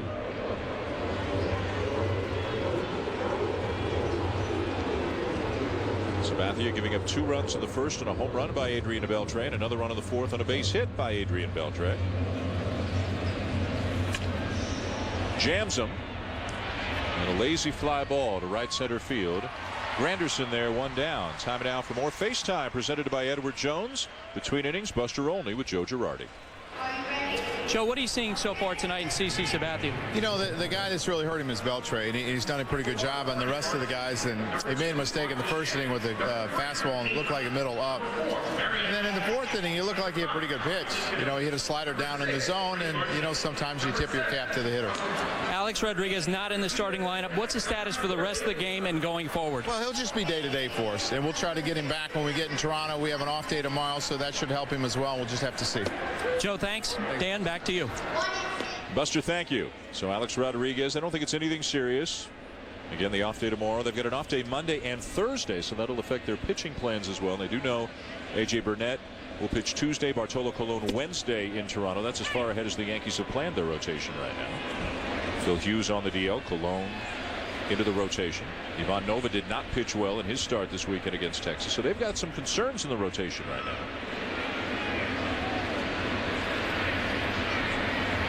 Texas has some health concerns as well. Going to be without the reigning MVP Josh Hamilton for 6 to 8 weeks after suffering a non-displaced fracture of the humerus bone, the bone that runs from your shoulder down to your elbow after a very unusual play on Tuesday. As Hamilton tried to score on a pop-up caught in foul territory over near the third base dugout. Nobody covering home, so Dave Anderson, the third base coach, alerted Hamilton. Nobody's at the plate. Hamilton went head first slide and suffered a broken bone and will be lost for 6 to 8 weeks. Just a freak play. that generated a lot of discussion. There's a roller to short. Circling around it is Jeter. Throw on the run, not in time. A base hit for Torrealba. And this play generated a lot of conversation for a number of reasons. The decision to go, the head first slide, and then the comments made by Josh Hamilton in the aftermath of the play saying basically it was a stupid play. And that's a quote. He said it was a stupid play. Now, he later, a day later, Bobby, apologized to Dave Anderson, his third base coach, for making that remark. There was a closed-door meeting featuring, among others, Anderson, Ron Washington, Josh Hamilton. Give me your treetop take on the whole situation. Well, it was an emotional reaction that was corrected internally. Ronnie and the team did a great job. Weekly hit back toward the mound, juggled by Sabathia, and a wide throw. Everybody is safe. Well, there's that range on the bag that I mentioned about Teixeira. This ball is down in the right field corner as Sabathia fields it and then bobbles it. The ball goes down the first base line, and Tex gets off the bag after he's on the bag. Here he comes. He's waiting for the throw and off the bag. By the way, that ball's in the corner, Earl. That's a run. An error charged to Sabathia on the play as he juggled the ball and could not throw out Bourbon. So runners at first and second with one out. Of the batter is Ian Kinsler. CeCe's such a good athlete. You know he's upset with himself right here. It's a play that has to be made. It should be 2 outs. Instead, there's 2 on. And Kinsler drives the ball to deep left center field. Granderson, a long room to run, shy of the track, will make the catch. Torrealba will tag it to come to third. Back to first, Bourbon.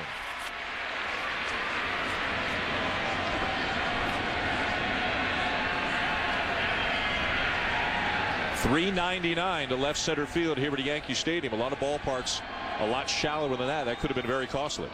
That ball was hit a lot harder than it went. Granderson went back very rapidly and thought he was going to be going to the wall, and then the wind knocked that ball down and brought it back to him. So runners at first and third, 2 outs here in the 5th inning. And the batter is Elvis Andrus. And a strike. Remember, the Yankees made an error behind CeCe in the 1st inning. He pitched the defense out of it. Here he makes the error. He needs to pitch himself out of this one. He's got to get his concentration back. It was not a good pitch to Ian Kinsler. Missed inside with a fastball. Andrus, as you can see, for a young player and a guy not thought of as a run producer, has done a great job this year and last year hitting with runners in scoring position. He's 1 for 2 tonight.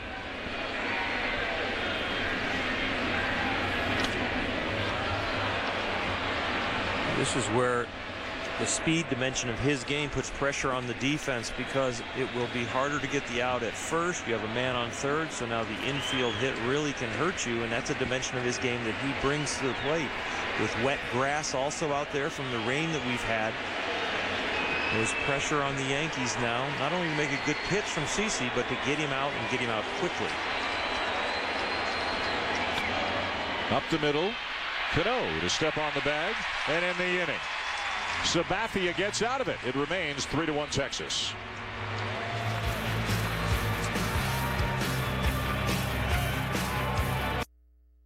With the right guidance, I get exactly where I want to go. Turn left ahead. TurboTax has a unique GPS feature that guides me to every deduction and credit I deserve. And calculations are guaranteed accurate. So I get my maximum refund. Guaranteed. Try TurboTax. Investing for yourself isn't some optional pursuit, a privilege for the ultra-wealthy. It's a necessity. Find investments with E-Trade's top 5 lists quickly, easily. Use predefined screeners and insightful trading ideas to dig deeper. Work smarter, not harder. Depend on yourself, the one person you should trust to take charge of your financial future. E-Trade. Investing unleashed.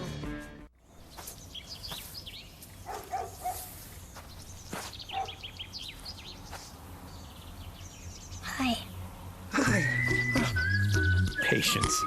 Pass it on from the Foundation for a Better Life. Here, Verizon's 4G LTE is fast.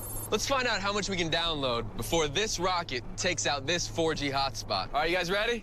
Yeah, ready. Let's go hot. Go hot. Ready, set, download.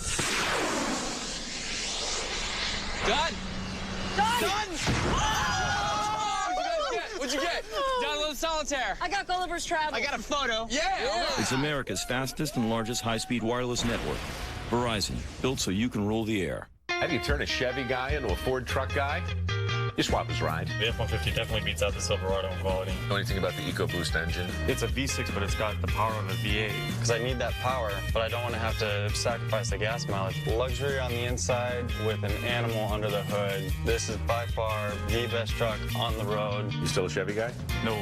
Swap your ride and get a Ford F-150 with 0% financing for 60 months or up to $2,500 cash back.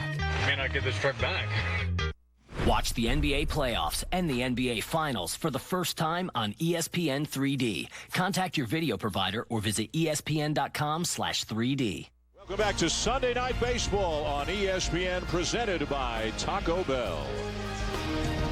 Dan Shulman to Bobby Valentine, Oral Hershiser, Buster Olney, Wendy Nix here in the Bronx. 3-1, the Rangers lead the Yankees as we go to the bottom of the 5th inning. The rubber match of the 3-game series between the 10-4 Texas Rangers and the 8-5 New York Yankees. Alexi Ogando through 4 innings has given up just 1 hit, and it was a home run to Robinson Cano. He'll face Nick Swisher, Eric Chavez, and Jorge Posada here in the bottom of the 5th inning. Swisher still looking for his first home run of the season. Hit 29 a year ago.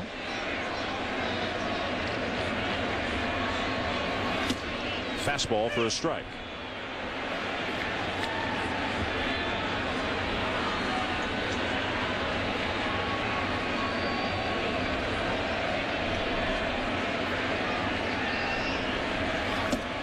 Just below the knees, 2 balls and a strike on Ogando.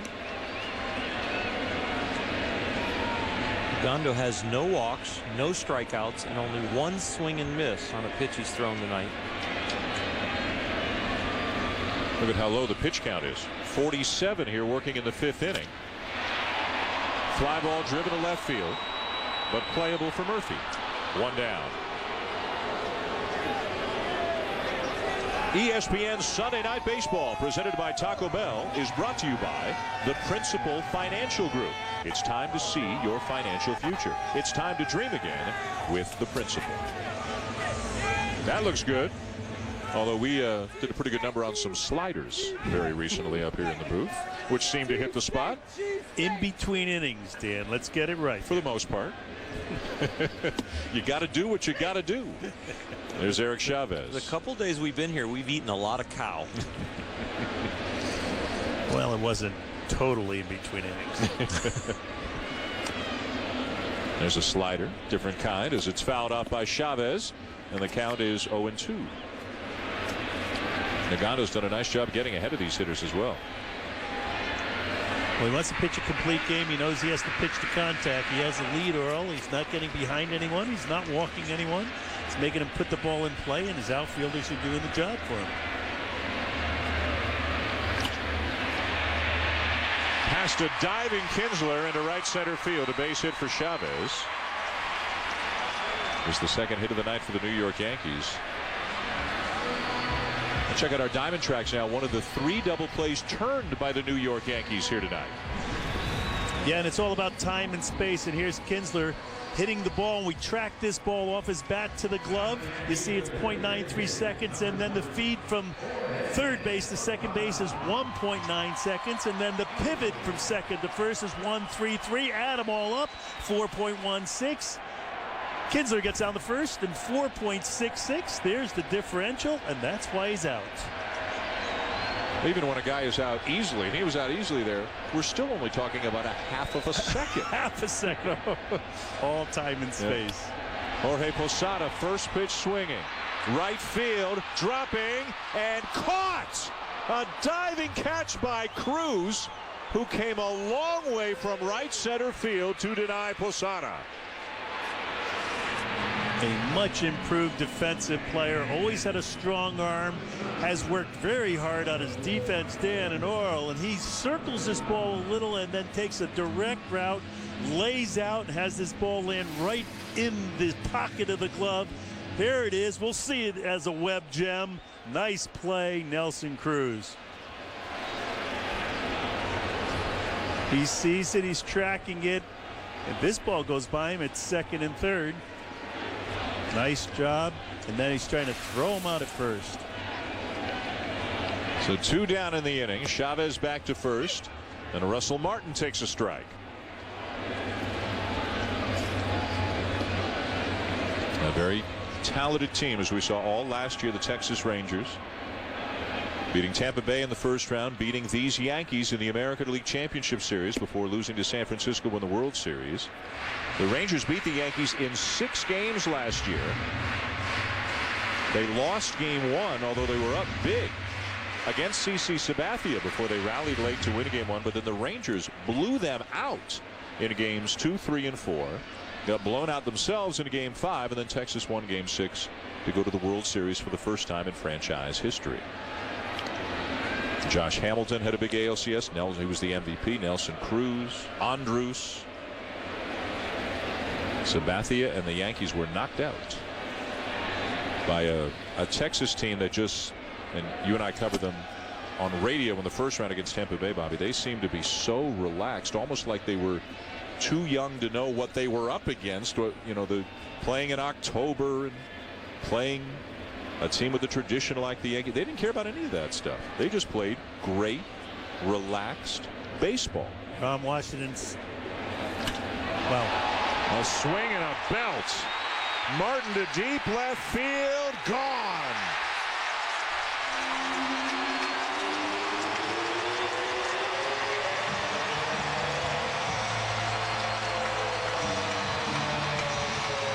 Russell Martin continues to deliver. The Yankees have tied the game.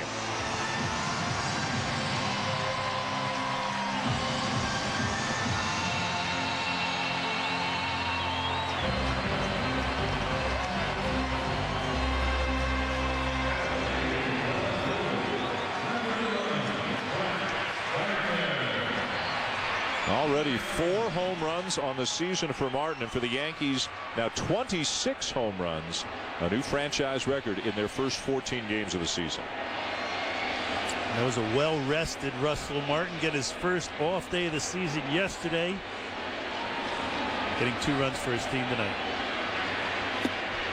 Slider for a strike to Brett Gardner.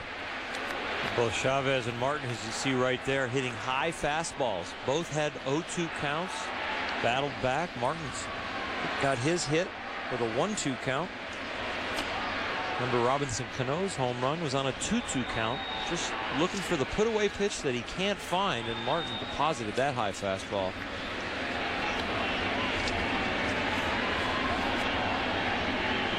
Alexi Ogando, coming into this game, had thrown 54 2/3 innings in his major league career, had given up only 2 home runs. One to Jason Nix, one to Jim Thome. He's given up 2 here tonight. Gardner racing down to first on the drop third strike, but the throw made in time to get him and end the inning.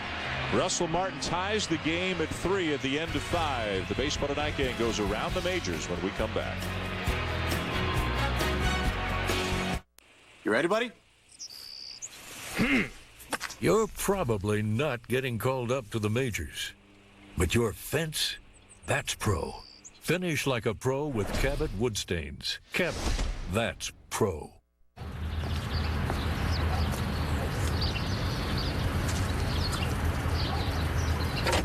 Surprisingly priced at $15,995, the 2011 Jetta has arrived. Discover German engineering and premium style on the Jetta S, with best-in-class rear legroom as well as no-charge scheduled carefree maintenance, all standard. That's great for the price of good. Hurry in, and for a limited time while they last, get a 2011 Jetta for $179 a month. Visit VWDealer.com today. Come on, Mauer, put your skirt into it. This is the show, not ladies' night at the Duluth Button Hut. I've seen better swings on a porch. Hey, maybe instead of the pure control system, we should have added a make Joe not choke system. Am I right? With a stick. Well played, Mauer. The show, rated E for everyone. PlayStation. I can't let allergies stop me from leading the way. So I get Claritin Clear. Non-drowsy Claritin relieves my worst symptoms. And only... Yankees have 26 this season. They've set a record through this number of game 14. It's about pitch location. Balls out over the plate. You're going to pay. We'll see you post-game on SportsCenter. Dan, back to you. All right, guys, thank you. Top of the 6th inning. The Rangers and the Yankees now tied at 3 here in the Bronx. Swing and a miss by Michael Young. You saw the update there on Dan Harmon and the Angels. The Angels have now won 5 in a row. They're 10-5. The Oakland A's won. You saw the numbers on Trevor Cahill. Oakland starting pitchers now have a 2.16 ERA this season. It could be quite a race in the American League West between the Angels, the A's, and the Rangers. Remember, they have a ballpark to work with out there in Oakland, but these are very young, talented pitchers on that Oakland staff. Young with a strikeout and a double so far tonight. On deck is Adrian Beltre, who's done all the damage for the Rangers tonight. Breaking ball up and away. 3 runs on 6 hits, no errors for the Rangers. 3 runs, 3 hits, 2 errors for the Yankees. Earl, big inning after 2 runs scored. You have your ace on the mound. Middle of the lineup coming up for Texas. CeCe's job to keep the Yankee momentum. Base hit into left field. For the second time in as many at-bats, Michael Young leads off an inning with a hit. Early got a breaking ball. Came in on the inside corner. Michael Young's too good to get a breaking ball like this and let it go by. Knee high, perfect swing, perfect balance. Head over the belly button. Head between the legs. Nice balance, nice swing. Good hitter. Really good hitter. Hitting over 450 in his last 8 games. Now Beltre. And he rips one into left center field. That ball is down and is going to get all the way to the wall. Young getting the wave. He will come in to score on an RBI double for Beltre, who's now driven in all 4 Texas runs tonight. As far as the Texas Rangers are concerned, the Yankee mystique is dead. They beat them last year in the playoffs. They're up on them here. They've got a chance to win this series. The Yankees come back with their ace on the mound to 3-3, and they come right out of the dugout off of defense and a couple of key hits by key players. Ball's up. Adrian Beltre does a good job. Notice the hands above the ball, the barrel on the ball. Now, Beltre's been one of the guys the Rangers have been patiently waiting to get going. Came into this game hitting .214. Kinsler 184. Andrus 174. Yet this is still a very dangerous offensive team. And it's one of the things that separated them from some of the other teams last year was the depth of their lineup, that even down in the lineup they had guys who could hurt you. And Dan, what separated CC Sabathia from everyone else last year in this situation. Ground ball to short. Jeter makes the play to get Cruz. Beltre stays at second. Well, you talked about the lack of mystique, Oral, for the Texas Rangers when it comes to the Yankees. That all disappeared, as you said, after the American League Championship Series of a year ago when the Texas Rangers swung the bats great, ran wild, and just looked like a team that was much more athletic, really, than the New York Yankees in that series. And they celebrated by winning the pennant and going to the World Series for the first time in franchise history. In 6 games, they hit over 300 and scored more than 6 runs per game. And a lot of people gave that looseness and their hitting ability, gave credit to Clint Hurdle, who was the hitting coach, who's now the manager in Pittsburgh. But Thad Bosley was picked by Ron Washington to replace Clint Hurdle, and he's doing a very fine job with these hitters. And this year, Oral, it speaks to really the depth of the organization, that they can be without a Josh Hamilton, Tommy Hunter on the DL. They had to move guys back and forth in the spring between the rotation and the bullpen, uncertain of the roles. it's not like everything has gone well for the Texas Rangers so far this year, but they're 10-4 because they've got so much depth. If you think about the reaction of Michael Young through the winter in spring training, that once we get to the season, it's all about playing and winning whatever role. And when your leader, the guy who has the most hits, the guy who's played all three positions, when Michael Young has that kind of attitude and no fear of the opponent, the rest of the team takes on that attitude. Exactly, Earl. And you know, he called a team meeting at the beginning, as we talked about last week, and told the team, hey, listen, I don't want to be a distraction. I want this team to win. I'm only here for the betterment of the whole. And after the meeting, 5-6 guys came over and say, hey, Mike, we know you, man. You don't have to tell us that. We know you're all about the team. So Josh Hamilton goes down, Tommy Hunter goes down, Gondo goes into the rotation. Somebody has to pick up the 8th inning. It's like all hands on deck. Michael Young does it. We're all doing it. Attitude filters down from the top. Give me those blue-collar stars. Exactly. If you have the right attitude at the top with your stars. Show up to work every day, no matter what you're making. Go through the professionalism. Michael Young and Adrian Beltre, 5 for 6 tonight. They are called on to contribute, especially with Josh Hamilton, the American League MVP, out. The offense needs help. Two big guys in the middle of the order, 3-4. Pick it up. Beltre second, 1 down, a full count. Sabathia nearing 100 pitches. This will be his 95th, and a big swing and a miss by Napoli for out number 2.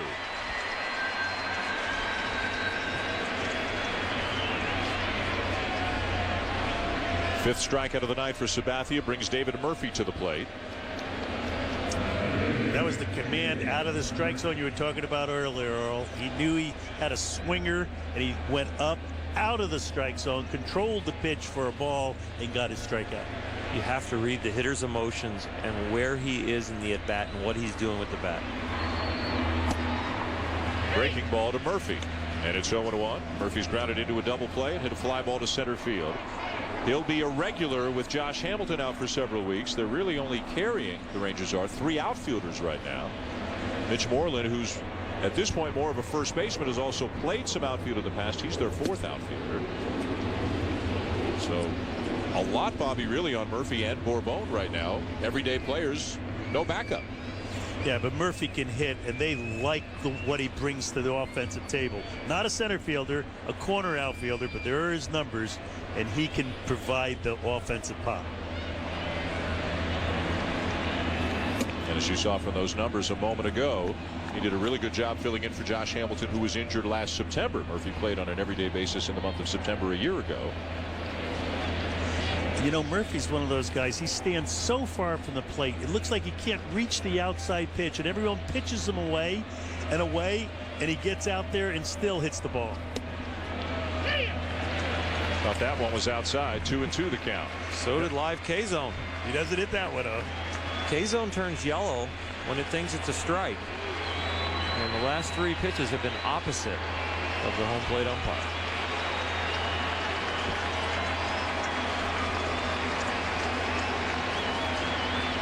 (4-3) Texas, 6th inning. Big pitch here for Sabathia. His 100th pitch of the night. Fouled back. Now that's a mistake. He wants that pitch away. It came back in. Pitch is right down the middle, a little even on the inside third. Murph says, boy, I wish I had that one back, because that's right in my sweet zone. When a hitter does that, you get by with a mistake, you feel like you've got him out. You can make your pitch now. Good smother there by Martin behind the plate. The count is full.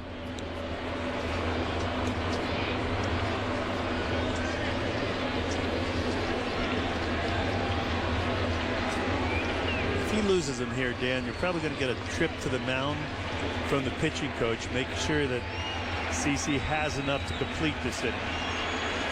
With an off day and a rain out, he's on some extra rest, on 6 days rest. Last pitch last Sunday night.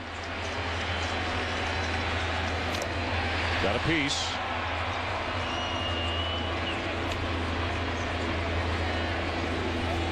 Sabathia is one of the few guys remaining in a Major League Baseball in this era, Oral. He's a horse, and his manager, whoever his manager happens to be, whatever team he's been on, he always gets a little bit of extra rope. They turned 30 on his way. Larry Rothschild looking on. Lost to 25 pounds, wants to pitch for a long time. He's very intelligent, very competitive, and he does keep going out there for these guys. Lost him. I think you'll see Larry Rothschild now go out to the mound. Got to make that trip. And right on cue. No sign of any activity yet in the Yankee pen. ESPN Sunday Night Baseball, presented by Taco Bell, is brought to you by Cabot. Finish like a pro with Cabot wood stains. Cabot, that's pro. And by Volkswagen. We're here at Yankee Stadium in the Bronx. Sunday Night Baseball, presented by Taco Bell. Dan Schulman, Oral Hershiser, Bobby Valentine, Buster Olney, Wendy Nix, and also Carl Ravitch, Barry Larkin, John Kruk. Baseball Tonight gang traveling to the Sunday Night Baseball game each and every week. We will be in St. Louis 1 week from tonight when the Cardinals host the Cincinnati Reds as David Robertson begins to throw in the Yankee pen. Look at that bullpen. I mean, look at that's a little bit nicer than the old place. They've upgraded a little bit, Oral. They've expanded, they've upgraded. I'm sure there's heaters and air conditioning in the glassed-in area. You know, in the background there, we saw the anointed one. The reliever. That's right. There's Mariano Rivera in the bullpen already, having fun with his group. Many ninth-inning pitchers don't even show up in the bullpen until the 8th inning. He's already there, ready to go. 1-1 the count on Torrealba. Lee Smith in his day would still be in the middle of his nap. Right. On the training room table, which he took for about. Right. Now, he's not strapped on out there, ready to go. Right. He hasn't even buckled his belt. Well, finally he got his belt buckled. He's got the jacket on.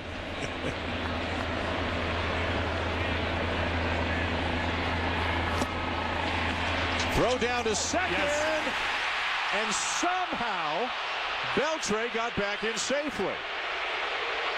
That deserves another look.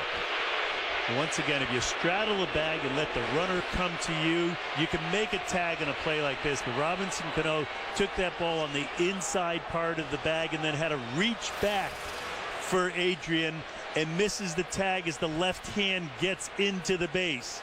See right here, he's inside the bag and has to reach back as that hand might have got it in there. But he could have just been straddling the bag and let the runner come to him. Usually you're called out on that for general purposes. You're just out by so much, you don't even have to tag him. But Gary Cederstrom not assuming anything and wants him to be tagged out, and Beltre pulls the right arm away and gets the left arm in. The old giveth and taketh away slide got it, and it worked. Exactly. Showed the right hand and then took it away. Left hand got in there. And when they showed, it's usually kind of a crocodile arm show. Teixeira inning over.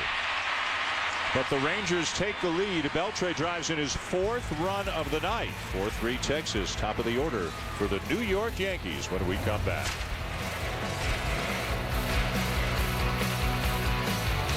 Hitter get himself out on a very much a pitcher's pitch, and that was that type of fastball right there. Just off the plate, let Cano reach for it. Ball. Now the breaking ball hammered. Deep right field and gone.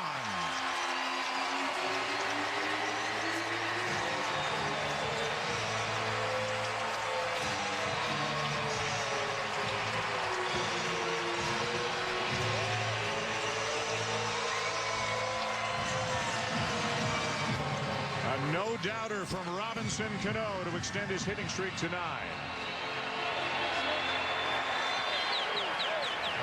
With the tradition like the Yankees, they didn't care about any of that stuff. They just played great, relaxed baseball.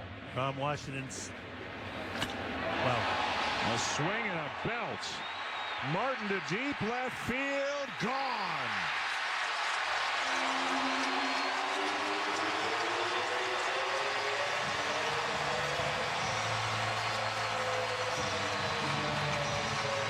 Russell Martin continues to deliver. The Yankees have tied the game.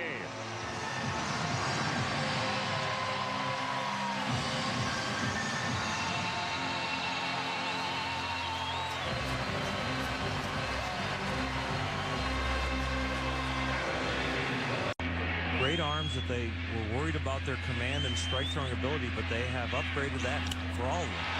Granderson turns on one deep to right field. Gone!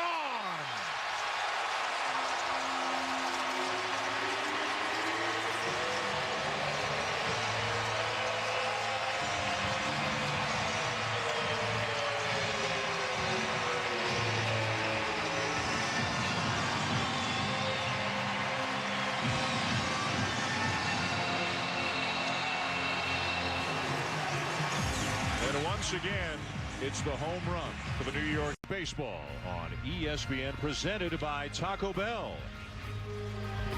That burst of bad weather we had earlier tonight seems to have gone away, thank goodness. And we're enjoying our time here in the Bronx right now. 4-3 lead for the Rangers over the Yankees as they wrap up the series, and we wrap up the week in Major League Baseball. Texas and the Yankees splitting the first two games of this series. Back and forth they've gone here in this game. Top of the order for the Yankees right now against Alexi Ogando. It'll be Jeter, Granderson, and Teixeira. Jeter was 0 for 2. A well-hit fly ball to right field and a ground out to first. His average now sitting at 231. After all fastballs on his first two at-bats, then he gets that slow breaking ball, the first pitch out in front of it. But I think that swing lets Derek know that he is on time with the fastball. He's out in front of the breaking ball, but he is on time. He's had it. He's seen it enough tonight to be able to drive this ball into the gap. Not that ball. No, not that ball. Really, this is the Yankee chance to score to get CC his first win of the season, because you know he's not going to face the fifth batter of next inning if two men are on, because Adrian's been wearing him out tonight. Slice to right field and in there for a hit. Cruz knocks it down and will hold Jeter to a single.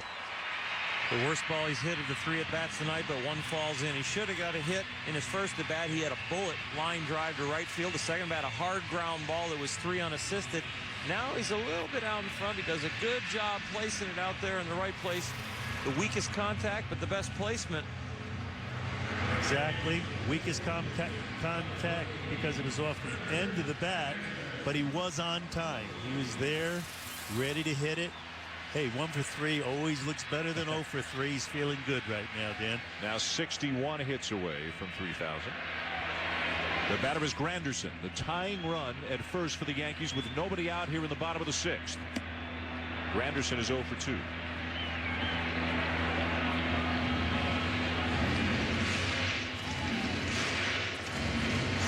Alba to the mound to talk with Ogando.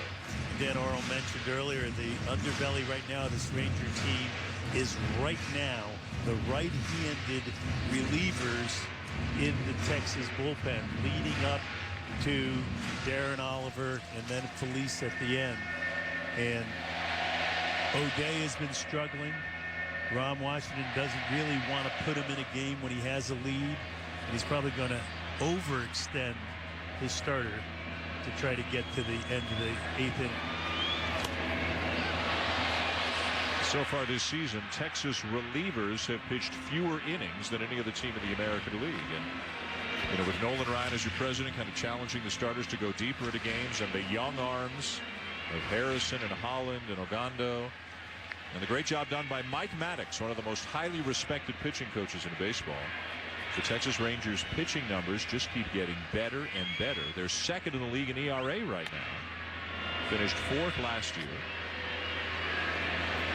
Some power arms, Oral, too. I mean, Harrison can bring it, and Ogando, as we've seen, consistently in the mid-90s. Great arms that they were worried about their command and strike throwing ability, but they have upgraded that for all of them. Granderson turns on one deep to right field. Gone!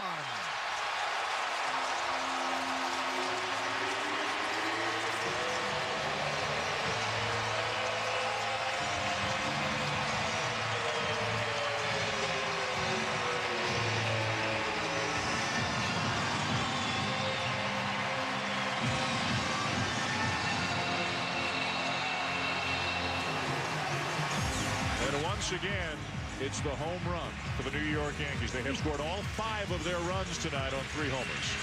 Ogando faced Seattle and Detroit in his first 2 outings. We suspected that the Yankees may give him trouble. A, because they're more disciplined, and B, because they are such accomplished hitters, they know what to do with a high fastball. It took them a few innings to catch up, but once they have caught up, Granderson takes a high fastball that has been getting most hitters out and doesn't pop it up, but pops it out of here with that swing.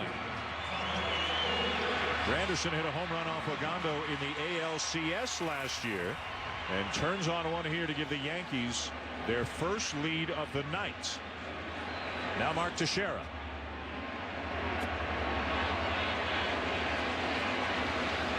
Teixeira with a pop-up and a ground out. 5 runs on only 5 hits for the Yankees, but again, 3 of those hits home runs. Now 27 home runs in 14 games for the Bronx Bombers. There's a changeup, which have we seen that pitch yet tonight from Ogando? No, but we did talk to Tom Grieve, Oral and I, this afternoon, and I said he's going to need that changeup against this left-handed hitting lineup of the Yankees if he's going to get by. Right? Yep. Tom Grieve works the television broadcast for the Texas Rangers, the old general manager for the Texas Rangers, and he gave us a nice scouting report on Ogando. We talked about trying to be a one-pitch pitcher against the Yankees and how that could be tough if he doesn't have command of a second or third pitch. Back to the breaking ball now, and Teixeira couldn't check the swing. 2-2. Morrow, first look live here as a starter. I don't think his breaking stuff is enough to get by in the American League consistently. He's going to have to really develop that breaking stuff. We're going to see a lot of balls leaving the park. You see more home runs given up tonight than he had given up in all of his prior regular season outings in the big leagues, covering 54 2/3 innings. In my opinion, is the breaking ball might be good enough and the changeup might be good enough, but they need to be mixed in, because when he has success with the fastball, he can't then become a bull in a china shop and just keep coming at you, because these American League lineups are strong enough to hit one pitch. And even though he has the success with the one pitch, he's got to remember to keep mixing his pitches. Well, a lot can change in a month, but at some point, Tommy Hunter's coming back. Does Hunter regain his spot in the rotation? Does Ogando go to setup, or does Ogando keep his spot and maybe Hunter wind up in the bullpen? And this is what the Rangers wrestled with in the spring with Neftali Feliz. What do you need more, a closer or say a number 3 or 4 starter? They might have the same discussion amongst themselves with Alexi Ogando when the time comes. Players usually make that decision for you, though. The more they see him, the more they'll know.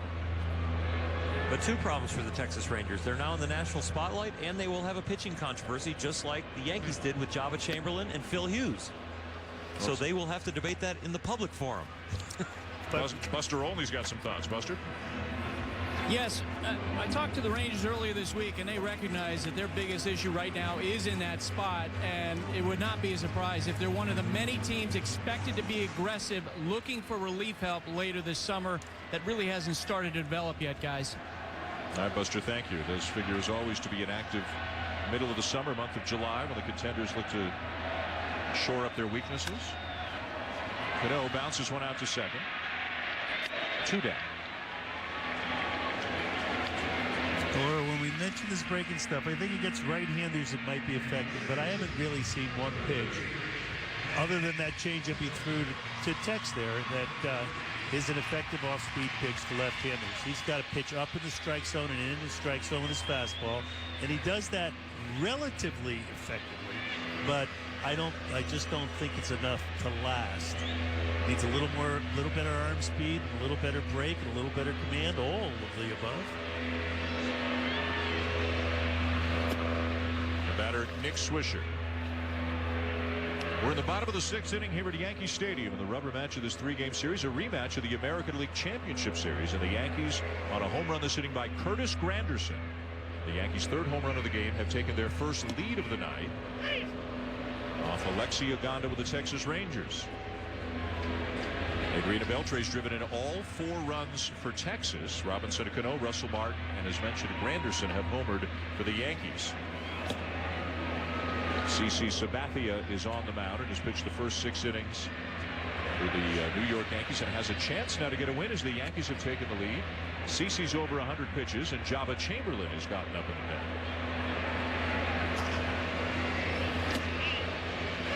He's jicking right now, Dan. That is just in case. Just in case there's 2 men on. Michael Young, Adrian are coming up. Jabba will be in the game.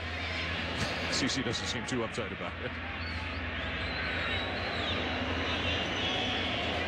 2 balls, 2 strikes, 2 outs. Nobody on here in the bottom of the 6th.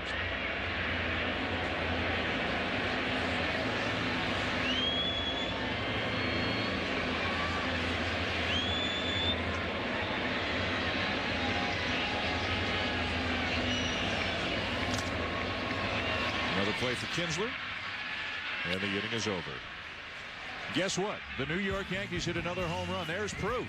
The 3rd home run of the game and the 27th at 14 games hit by the Bronx Bombers. Curtis Granderson has given the Yankees the lead. It is 5-4 for the Yankees at the end of 6. Welcome back to Yankee Stadium in the Bronx with Bobby Valentine, Oral Hershiser, Buster Olney, and Wendy Nix. I'm Dan Schulman. A 5-4 lead for the Yankees.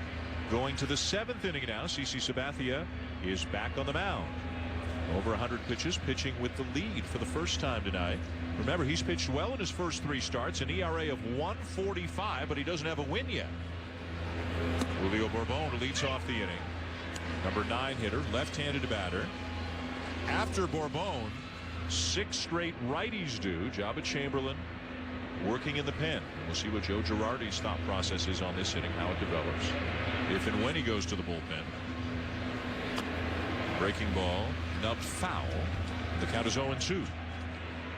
I really doubt that Joe will allow the go-ahead run to get on base while CC's out on the mound. Jabba's getting loose, and he's getting loose with a purpose. And he wants CC to leave this game either a no decision or a win. He's not going to have him lose this game.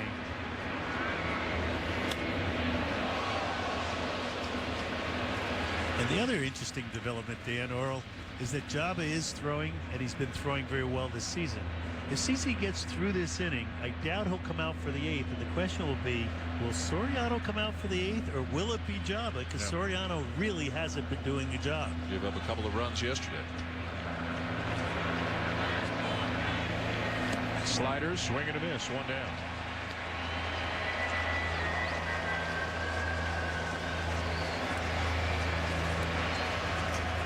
And here he comes. Well, that makes that decision. The righties are coming up. The big lefty is heading out. Chamberlain's coming in from the pen.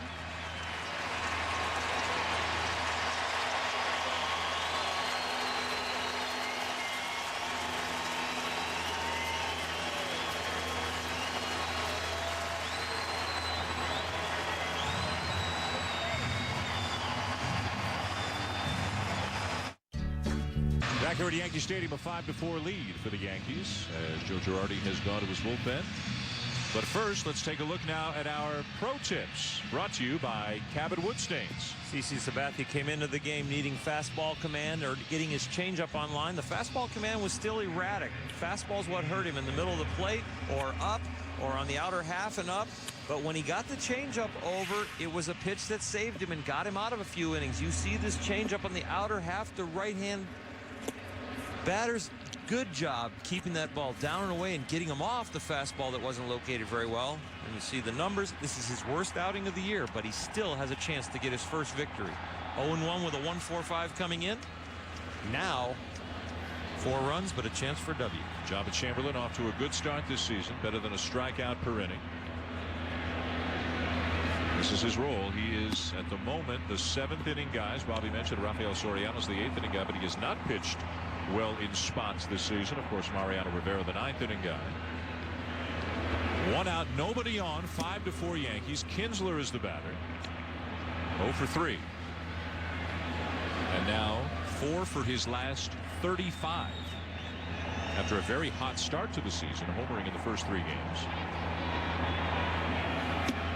Lays off, 3-0. You okay? Oh, no, not as a manager. I'm not okay. You made a little noise there. He's got to throw strikes to this first guy that he's facing. Joe's facial expression matches the noise you just made. There's ball 4. There it is again. Oh, boy. In CeCe's first outing, the bullpen let him down. Second outing, the offense didn't get him any runs. His third outing, he ran into Josh Beckett, the ace for the Boston Red Sox that was off his game and got it together. And now he finally got some offense, and he wasn't very good. Just average for him. And it's hard to watch 4 balls when you sit down as a starter with a lead. Kinsler with some speed draws a throw. You know, CeCe came out of the game because Girardi invoked Lasorda's rule number 1. If you're going to wait for one person to get on to take the pitcher out, take him out before that guy gets on. He did. And the runner got on anyway, Dan. When the confidence in the bullpen is down from the coaching staff, a lot of times you want to get him in there with no runners on. Give him a little rope, a little leniency for error, and Java has caused the error. Now let's see if he can pitch out of it. It's going to need that breaking ball.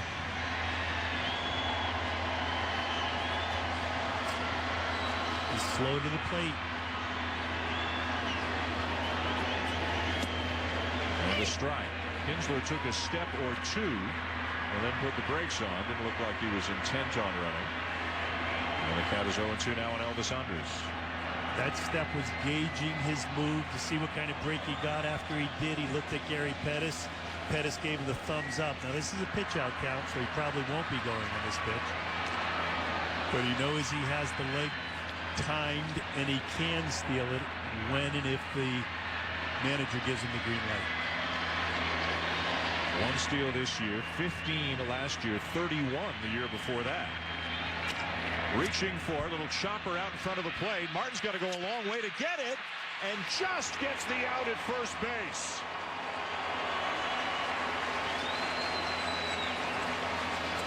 Well, that was almost PFP, wasn't it? Well, back to the mound. Gary Pettis is arguing at first base, and here comes some reinforcements from Ron Washington.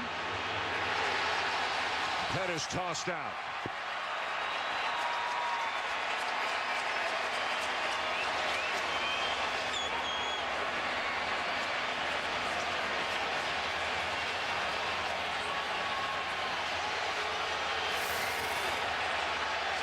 It's a long way out there, 60 feet 6 inches to the mound, and this almost gets halfway. Russell Martin called Java off early. Looked like the pressure on the bag was there. Oh, I think he might have got him by the length of a spike. Isn't that wonderful what a great game this is, that it could be that close?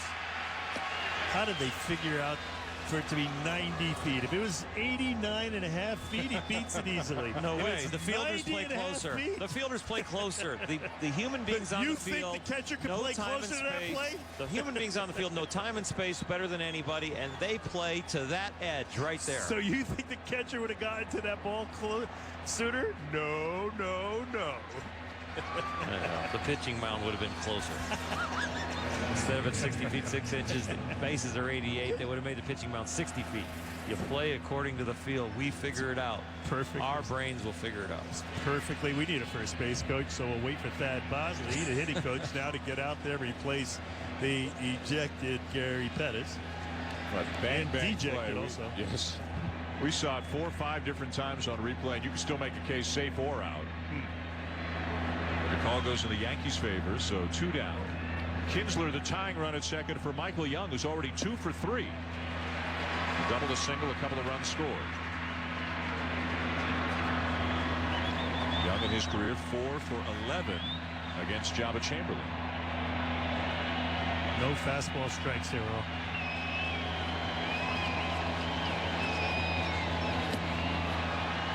Curtis Granderson, the center fielder, is way over to Michael Young's power alley, which is right center field. He hits the ball hard to right center, so Granderson has really shifted over.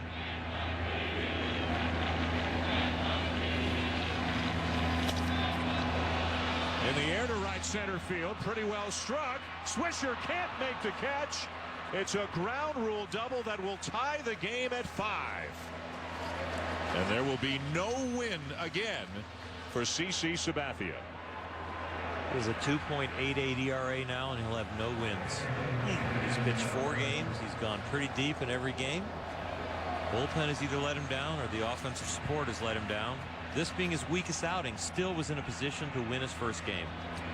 I can't believe Michael Young got a fastball to hit in that situation. Here's Beltre. What a night he's had. Slider down and away to Beltre. Hit a 2-run home run in the first. Had an RBI single in the fourth. Had an RBI double in the 6th. So a triple away from the cycle. And probably realistically a single away from giving Texas the lead again. If he can deliver a 2-out base hit just like Michael Young did. Every time the Yankees have made a shot at these guys and got on top or crawled back into the game, Texas Rangers have counterpunched right back.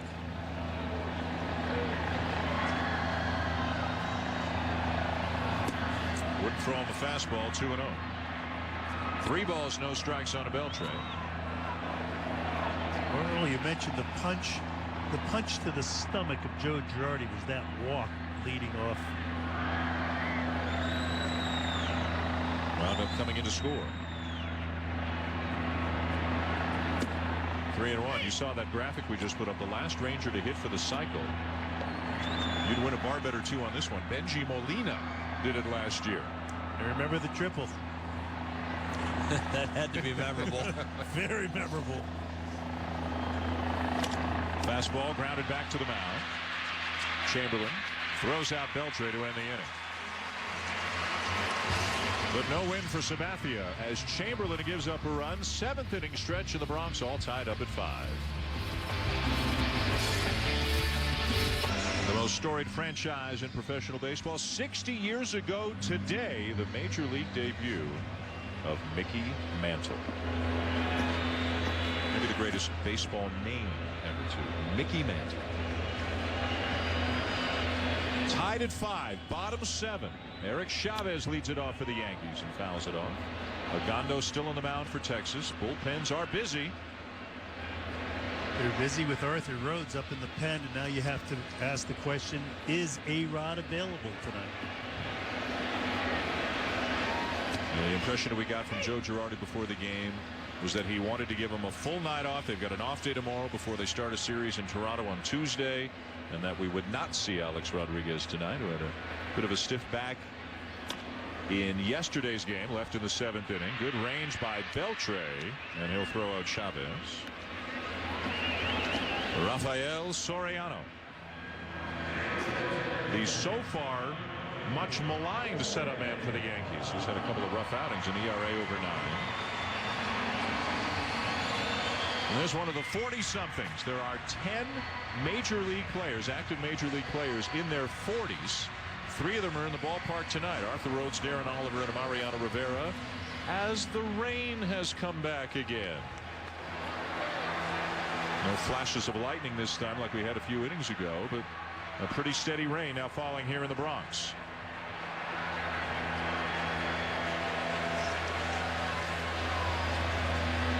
Buster Olney down on the field reporting it is thick rain. Oh, I'll bet it's wet also. Big drops.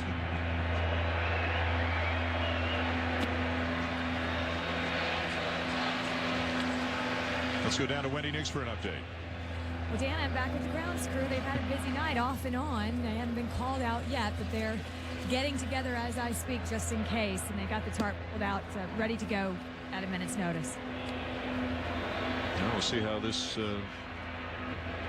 develops here. Right now, they could play in this. I think if it stays like this, it's playable, but definitely something to keep an eye on here. Tie game, 7th inning. 2-1 the count on a Posada, who's 0 for 2. Agondo still does not have a 3-ball count, so as far as statistics, this is a crucial pitch. Pretty amazing. Just 84 pitches through 6 1/3. But he has given up 3 home runs, accounting for the 5 Yankee runs tonight. There's a 3-ball count. Well, he's heard the loud crack a few times tonight. And Posada's one who could make another loud crack, especially on a 3-1 fastball. If he gets a hit, the odds are it will be a home run. He's only at 5. Yeah, 5 of his 7 hits this year. Pulls it foul.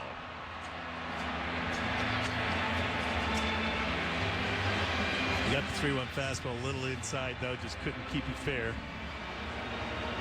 He did a good job just not breaking his bat on that pitch. Posada becoming the full-time DH for the Yankees. Emergency catcher, but nothing more than that defensively at this point of his career. 38 years of age. The 17th season that he, Derek Jeter, and Mariano Rivera have been teammates. Down and in, ball 4. That's the pitch you're looking at, Bobby, and you say needs more development, because a starting pitcher, second and third time around the order, needs to be able to throw a 3-2 breaking ball, a basic breaking ball for a strike.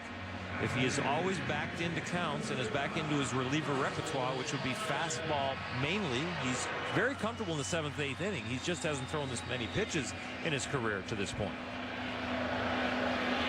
Exactly. So the go-ahead run at first base with 1 out in the bottom of the 7th. Here's Russell Martin, who homered his last time up.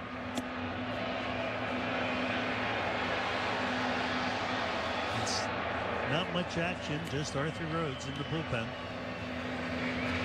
Well, you've got a pitcher on the mound that's learning to be a starter, that's used to the 7th and 8th inning, that has had blister problems in his first 2 starts that have been very dominant.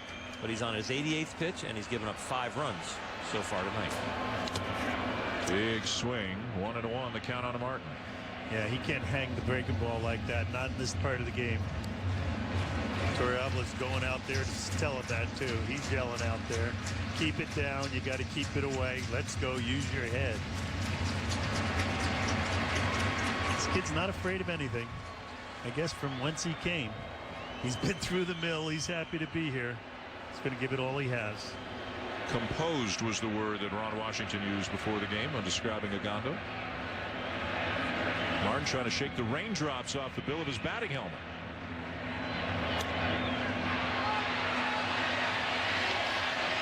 This one will get back out of play. And I know the viewers might have seen a shot of the Texas Ranger dugout and seen a fella touching his ear, right ear, left ear. That's Jackie Moore touching his ears right there. He's the bench coach, well veteran member of the staff. Giving signals to Torrealba about picking off at first. A little pick off, little hit and run. Might be pitching out, but not in this count. Well, for New York fans, it's been kind of a mixed bag today. The Rangers won their game up at Madison Square Garden earlier this afternoon to get their first win of the series against Washington, but the Knicks lost their game by 2 points to the Celtics in the opening game of their series. They were up by a point with 21 seconds to go. The Knicks were? Yep. There's a liner into left field, a base hit for Martin. Up to second goes Posada. Well, now it's a time whether or not Ron Washington thinks that A-Rod definitely has the night off. Because if he's sure he has the night off, he'll bring in Arthur right now to pitch in this situation. If he thinks there's a chance that he's loose and he can pinch hit, he'll stay with him, and the decision's made. Collective wisdom. They got the same report we got. What do you think, O? Well, we can see Andrew Jones walking with a bat in the Yankee dugout, too. So if Gardner's lifted, it might be Andrew who's coming up to hit. Definitely would be, but that's the lesser of the evils. Rhodes waiting for the word.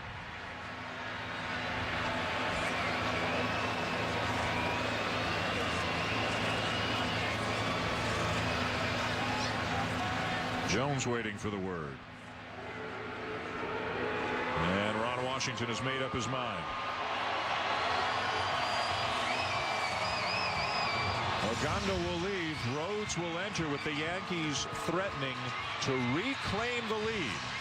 Here in the bottom of the 7th, Andrew Jones pops out into the on-deck circle.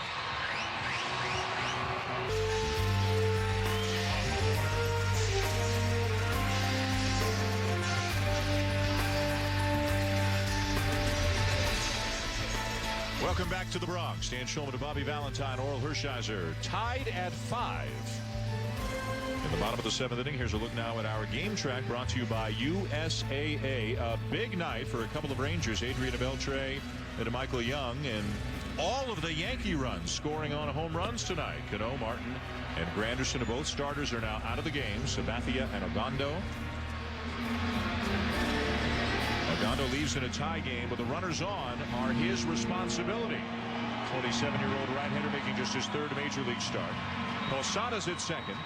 Martin's at first. Gardner's been lifted for a pinch hitter, Andrew Jones, who will face Arthur Rhodes, making his 5th appearance of the season. 41 years of age, and he can get righties out, just like the other left-hander they've got in the pen, Darren Oliver.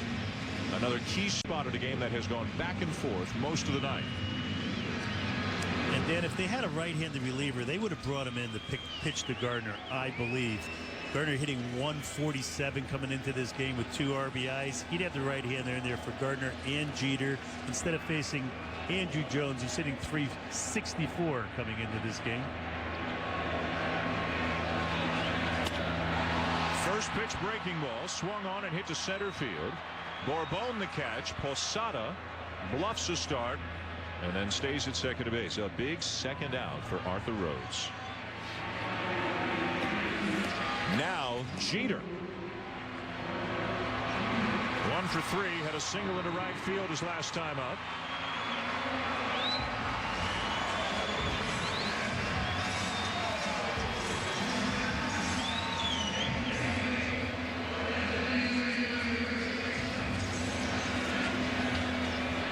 Clutch hit here to potentially bring in the go-ahead run.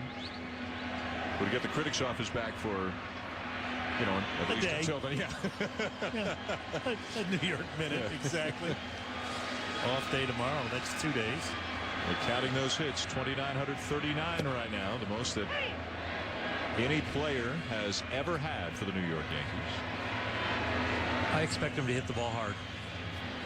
I think he looks a little bit more locked in. He's had 3 quality at-bats. The bloop hit was the one that he got, but the other 2 at-bats, he looked very good. I think he's going to be able to pull the ball.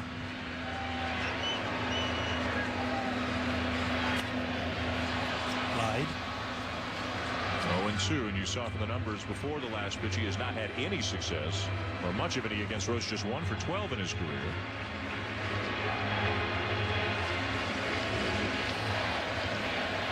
Rhodes with Cincinnati last year. Began his major league career 20 years ago. 1991 with the Baltimore Orioles.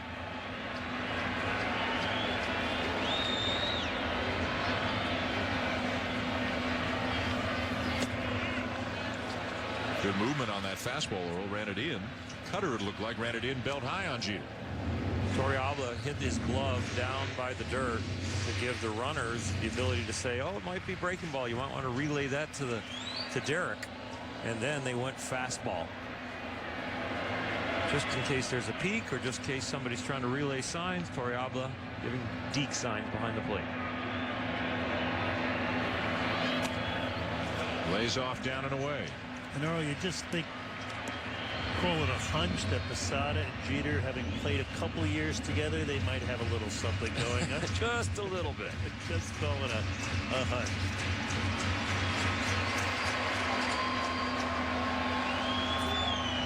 Yankees took the lead in the bottom of the 6th. Texas tied it up in the top of the 7th. The Yankees trying to retake the lead here in the bottom half of the 7th.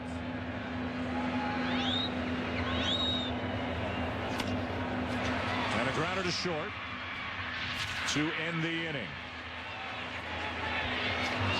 7 in the books here at Yankee Stadium as Rhodes gets the job done.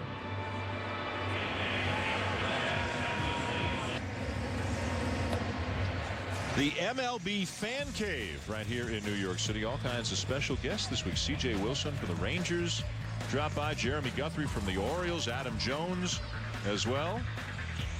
Baltimore Oriole teammate. Also Houston Street was here. You can check in with Mike O'Hara and Ryan Wagner. The 2 lucky fans who will be sharing their experiences at the cave all season long at MLBFancave.com. Andrew Jones stays in the game at left field after pinch hitting for Brett Gardner. And the new pitcher is Rafael Soriano. And you can see it has not gone well in the early going for Soriano. Formerly of the Tampa Bay Rays, had such a great year last year as a closer, signed a huge contract to be the 8th inning guy, the setup guy for the New York Yankees.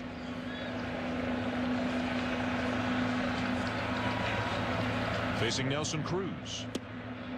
Got that breaking ball up a little bit, but Cruz swings through it, and the count is 0-2.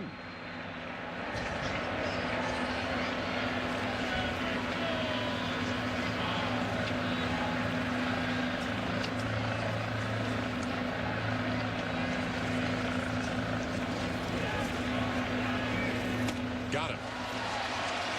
3 pitches and a strikeout for Soriano. Let's check another diamond track in Oro. This is truly a bang play we saw earlier in this game. Chopper out in front of the plate. Elvis Andrus, his time to first base is 4.10 seconds. The ball goes out in front of the plate. Russell Martin from that time to when he receives the ball, 2.8. Russell Martin from his bare hand glove to first base Mark Teixeira, 1.27. The differential that the runner was late by 0.03. He was out, and you see how close the ball's in the glove. The foot's almost on the bag. 3/100ths of a second. What a difference. Bang, bang.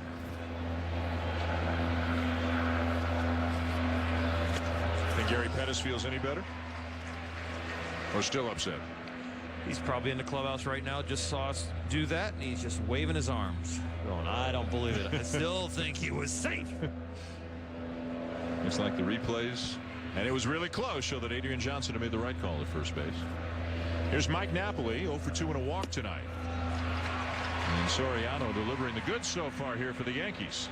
Well, we know that 3/100ths of a second now is probably about a 1/4 inch. 3/100ths of a second. Think about it. And he got it right. Again, great job by the umpires. The 0-2. Shallow right. Over is Swisher. 2 down. You know, and to think that umpires are taught to watch for the foot and listen for the ball.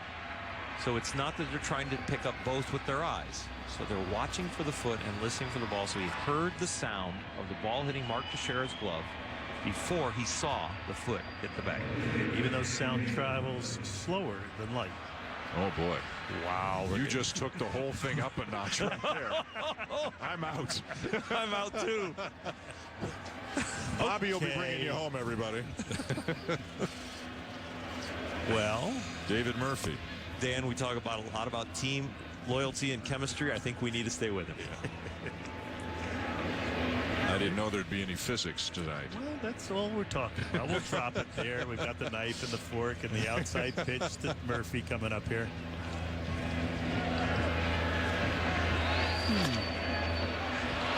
Over a leaping Jeter into left field, a base hit for Murphy. And the Rangers have the go-ahead run on here at the top of the 8th inning. There again, the outside target to Murphy. Ball comes right over the middle of the plate. He hits a liner to left center. Here's the target, and here's the pitch. Smack down the middle of the plate. That's missing by about 10 inches. With 2 outs, nobody on. A little lack of concentration. And execution, of course.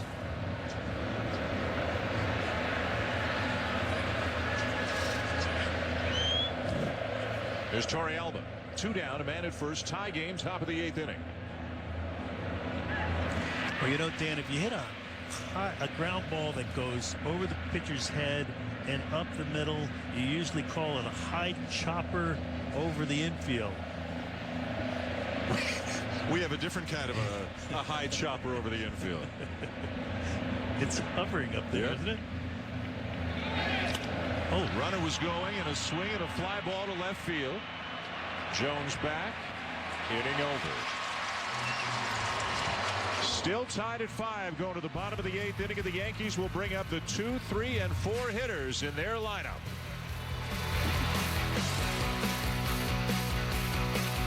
Without express written consent. ESPN Sunday Night Baseball is presented by Taco Bell. Think outside the bun. And in part by State Farm. State Farm agents are there when you need them. Find an agent or get a quote at statefarm.com. And by Sears Blue Lawn and Garden Crew. Compare all the ways Sears beats Home Depot and Lowe's for the right to be on your lawn. Bottom of the 8th inning, 5-5 tie. And Arthur Rhodes faces Curtis Granderson. Granderson has already homered in this game. His 4th home run of the season. His first 3 home runs this year all came off lefties. He only hit 4 home runs all of last season off lefties. And he's ahead of the count now, 2-0. He really likes that fastball about thigh high out over the plate to pull off of left-handed pitchers.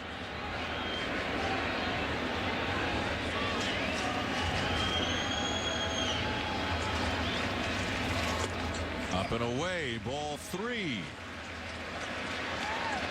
No surprise that Curtis Granderson is seeing a lot of pitches. He's seen 4.6 pitches per at-bat this year, 2nd highest in the league. In his first 3 at-bats, he had already seen 11. Here he is, 3-0.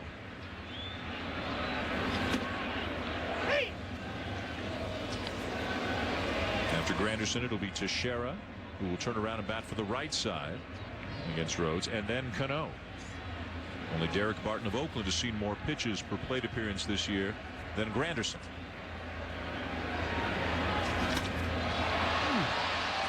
Now way up in the air to right center field.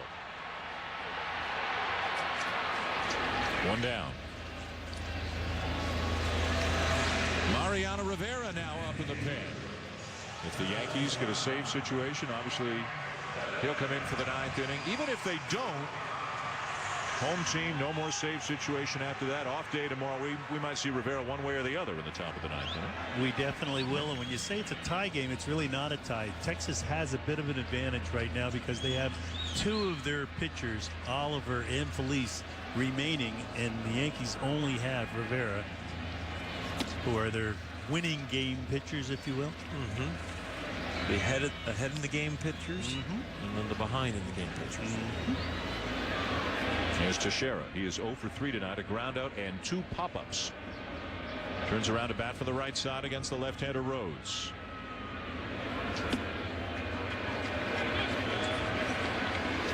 And Rhodes again falls behind. Fell behind on Granderson 3-0, but battled back to get him. Now 2-0 on Teixeira.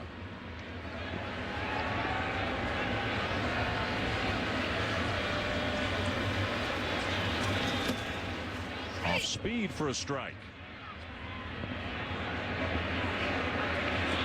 Derek Jeter had a chance to give the Yankees the lead in the 7th inning, 2 on, 2 out, but he bounced into a fielder's choice.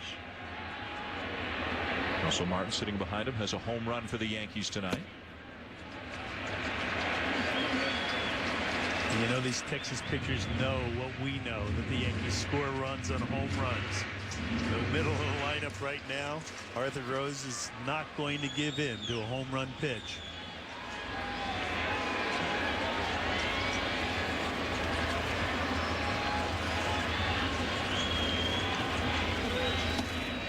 Didn't give in, went back off speed again. So a 2-0 slider and a 3-1 slider. That's right.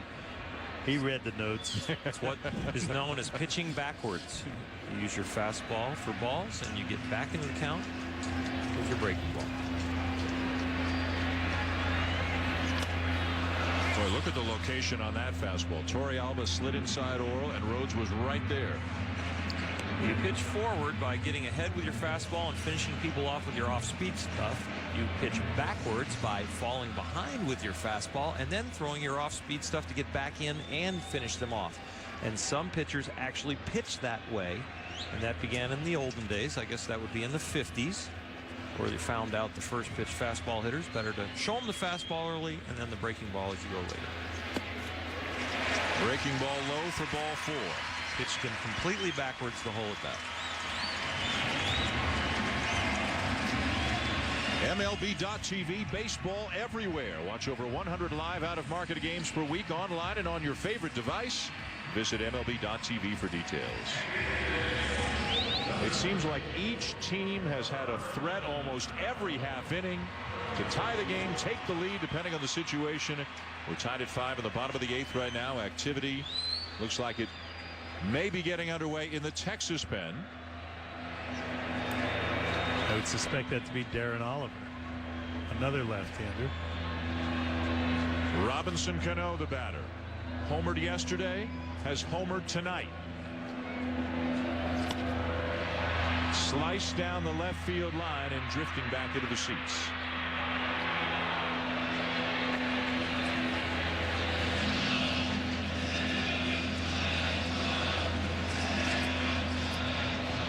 It's O'Day and Oliver in the Texas bullpen warming up.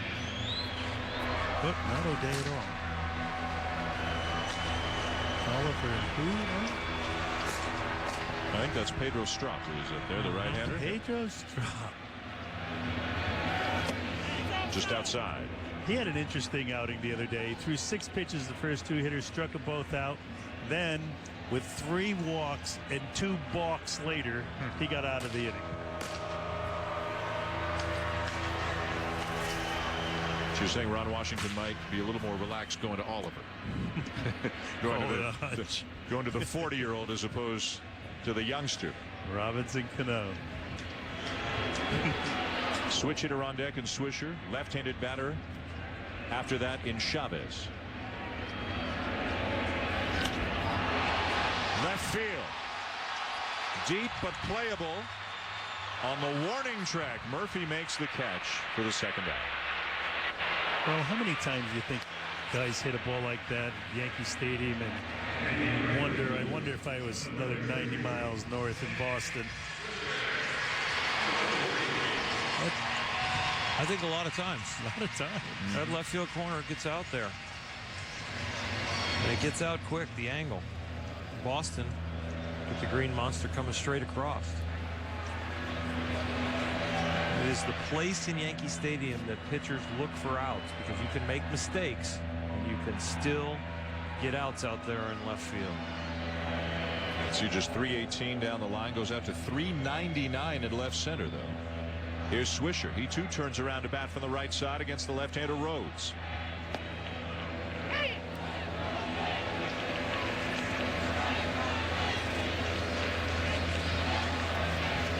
He's getting the job done from the right side. 9 for 18. Still looking for his first home run of the season from either side of the plate. Teixeira at first, 2 down in a tie game here in the bottom of the 8th.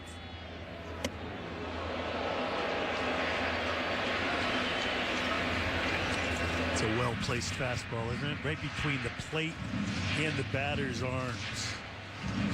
Especially in an 0-1 count where you're going to throw the fastball, but you're going to make sure it's not in a place where they can get an RBI.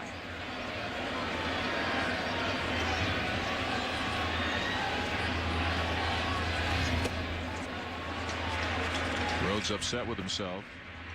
He came out of his delivery a little bit there and missed badly up and away. 2 balls and a strike.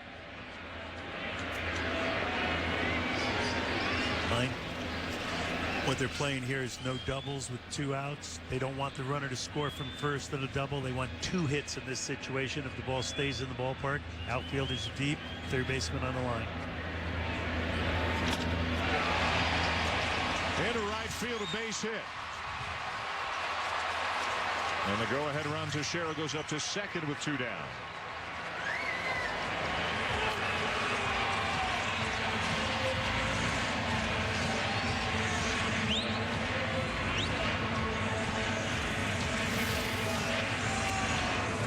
With 2 outs, you've got to go. There's no sense holding up. Mark Teixeira doesn't do that, but he also realizes with his speed and Nelson Cruz's arm that he's not going to third, so it was station-to-station ball. You're not going to make the first or third out at third base.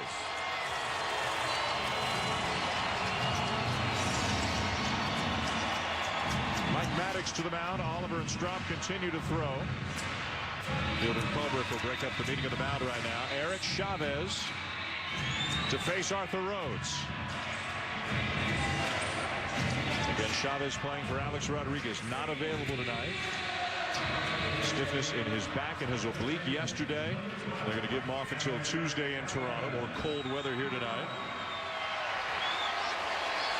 And Dan, as you saw the outfield playing deep with the man on first, now the outfield comes in and plays a regular and more shallow depth because a single scores a run. They have to throw him at home. You saw the number. Chavez 7 for 25 in his career. A lot of experience against Rhodes.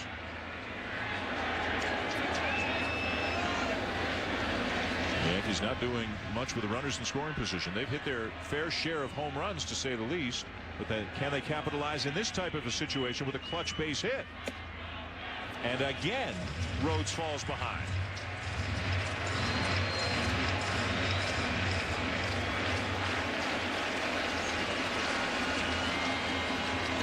The other way to prevent runs is to make it 2 hits by the infielders now. The shortstop and second baseman out on the outfield grass, not minding an infield hit, but not wanting the ball to get through to the outfield.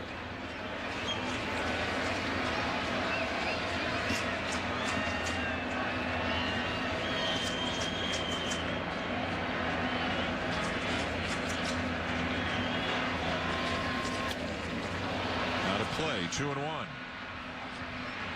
Oh, the game's within the game. You know, you have to play the situation. You have to play the scoreboard. You have to play the hitter's ability to pull or hit the ball the opposite way. And it's a wonderful, wonderful game. The more you know about it. They look back at Teixeira at second. Swisher's the runner at first. Strike taken, throw down, and back in safely is Teixeira. The count now 2-2 on Eric Chavez. There you had a set play from the shortstop to the catcher. The ball gets by the hitter. I'll be breaking. The shortstop's breaking. Catcher makes a very good throw. The center fielder knew the play was on. He's coming to back it up. Throw right behind the runner. Everybody's on the same page. That's a little squeeze of the hand behind the back that the shortstop gives to the center fielder, so he knows the play's on. 30th pitch of the inning for Arthur Rhodes. Lined up the middle, a base hit. Teixeira around third. Bourbon's throw not in time, and the Yankees have taken the lead.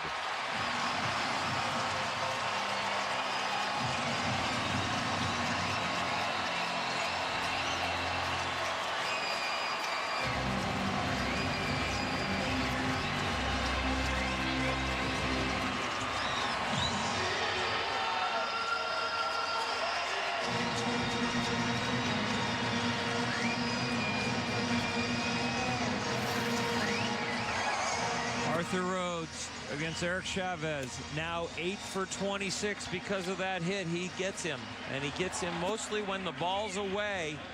Extends his arm, drives it right up the middle. Alex Rodriguez is out. Eric Chavez is the replacement. The replacement comes through as the all-star that he was in his prime, but now healthy and swinging the bat well. Jeter's excited, and the other replacement is Bourbon for Hamilton. If Hamilton's in center field, I think Teixeira stopped at third base, and people wonder if it's a difference. Yes, it is. And with Chavez taking second on the throw home, a base open, and the Rangers will intentionally walk Posada to load the bases for Russell Martin. And then you would imagine the right-hander Strop will be coming in. He is up and throwing. Real hard thrower, not with control. Gonna bring him in with the bases loaded and 2 outs in Yankee Stadium. Should be interesting. The Rangers led 2-0, then 3-1. The Yankees tied it. 4-3 Texas. The Yankees went on top. The Rangers tied it. And now the Yankees have taken the lead in the bottom of the 8th inning. It's been that kind of a night. And here comes the skipper.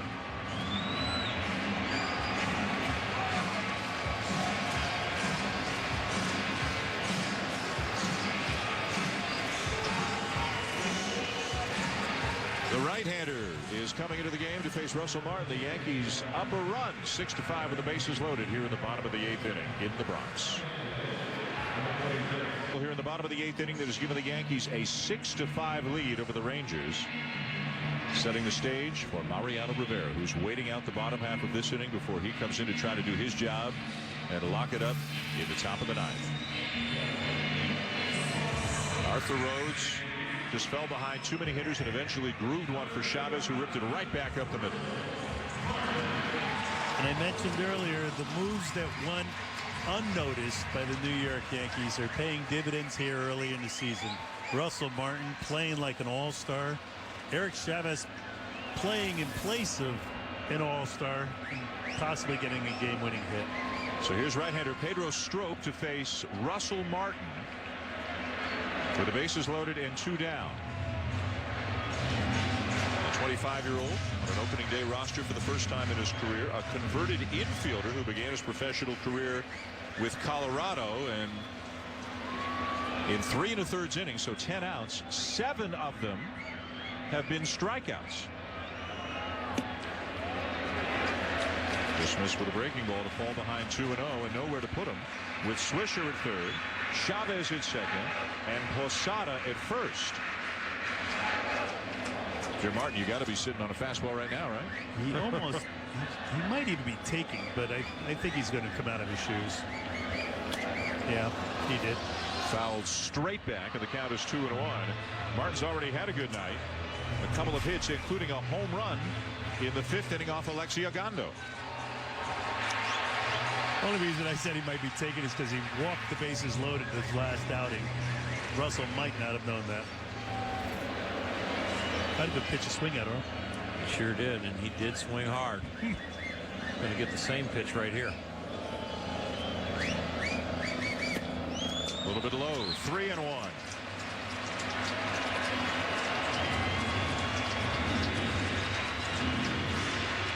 Andrew Jones on deck should the inning continue.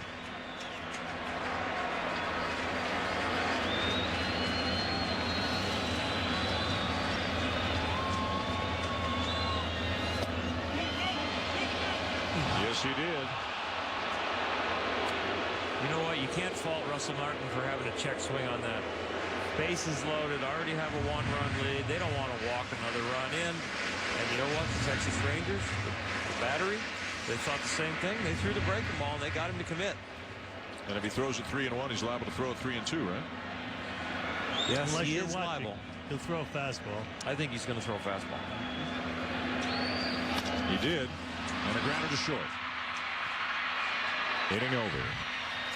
The Yankees, though, get the go-ahead run on a big RBI single by Eric Chavez.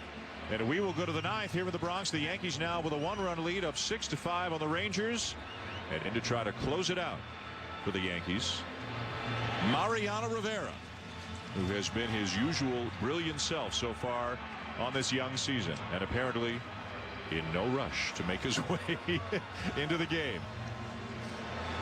1 or 2 more warm-up tosses in the bullpen. Now he's ready to go.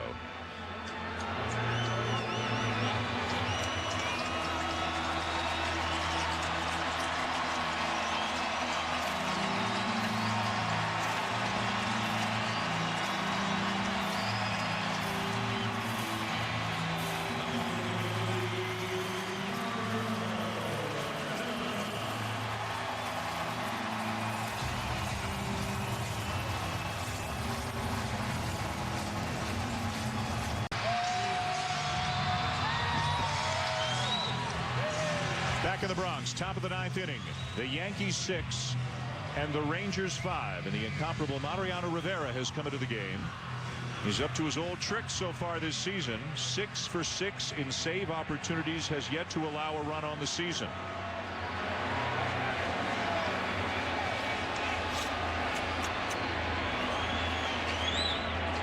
Seven and a third. 4 hits, no runs, no walks. You've got to earn it. Mitch Moreland will be the pinch hitter for Julio Bourbon. After Moreland, it'll be Ian Kinsler and Elvis Andrus, the top 2 hitters in the lineup.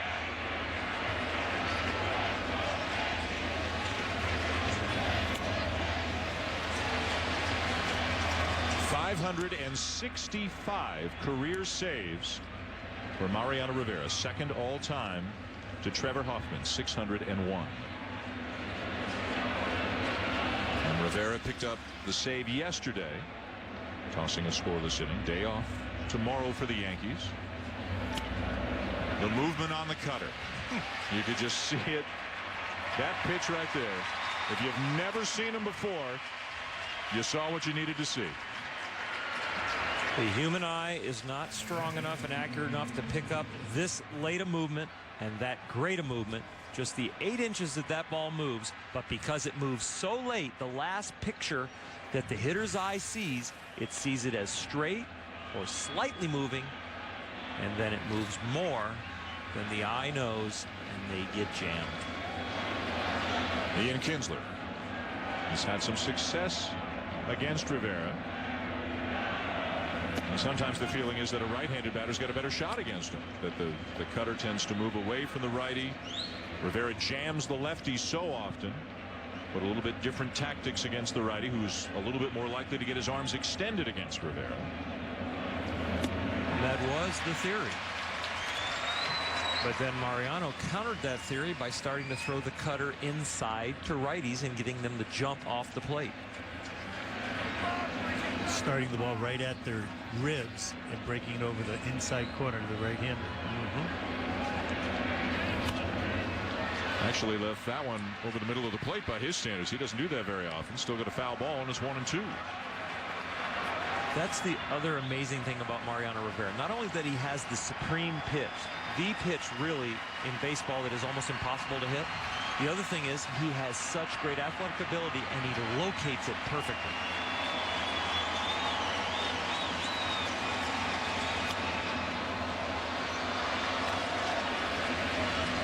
And it just makes me chuckle sometimes when there's actually a debate on whether or not you need a lights-out stopper at the end of the game, or if you need a starting pitcher who can win you some games. The Yankees' success over the last 15 years are because of this guy and no one else. Why is it so hard for other people to understand? If you have someone like that, your chances of winning, as Joe Girardi knows, increase greatly.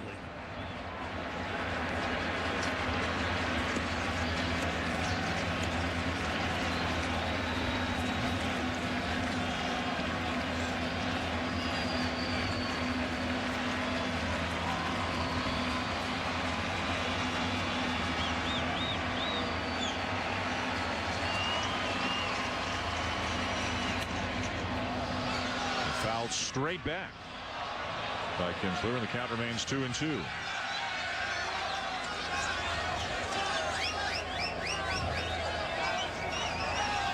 Into the Rangers radio booth, Eric Nadel, the great voice of the Rangers, almost made a fine play.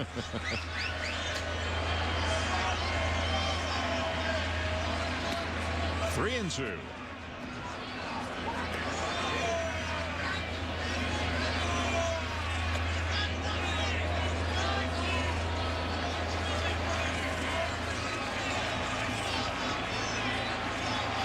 Eric Chavez base hit in the bottom of the 8th inning has given the Yankees the lead. Now Mariano Rivera on to try to nail it down to the 9th. 2 down. That's the pitch you're talking about, Bobby. Yes, sir. Oral, take it away, baby. Throw it at the ribs of the hip and break it on the inside corner. He did not have great accuracy on the balls away, so he goes to a pitch that I'm going to fool him with, make him flinch. Cut it right over the inside corner. Start it in, make it look like it's going to be a little bit of a knockdown, cut it back in. 2 down, Elvis Andrus. Looks like Andrus is standing a little bit further off the plate, just seeing what happened to Kinsler, so Rivera paints the outside corner.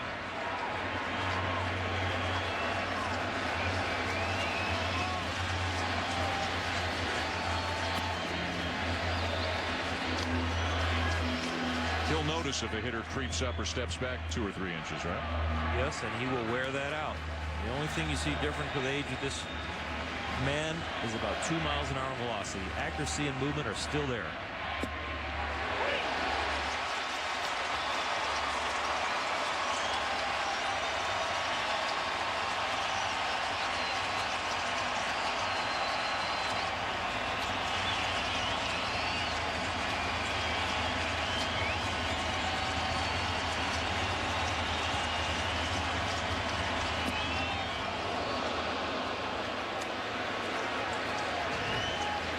2-2 on Andrus. If he can get on, Michael Young will get a chance.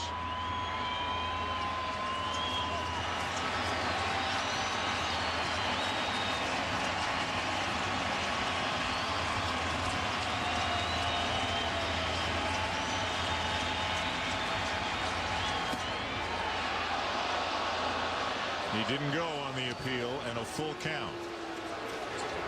If he gets on, he'll be going on the first pitch. I don't think he's getting on.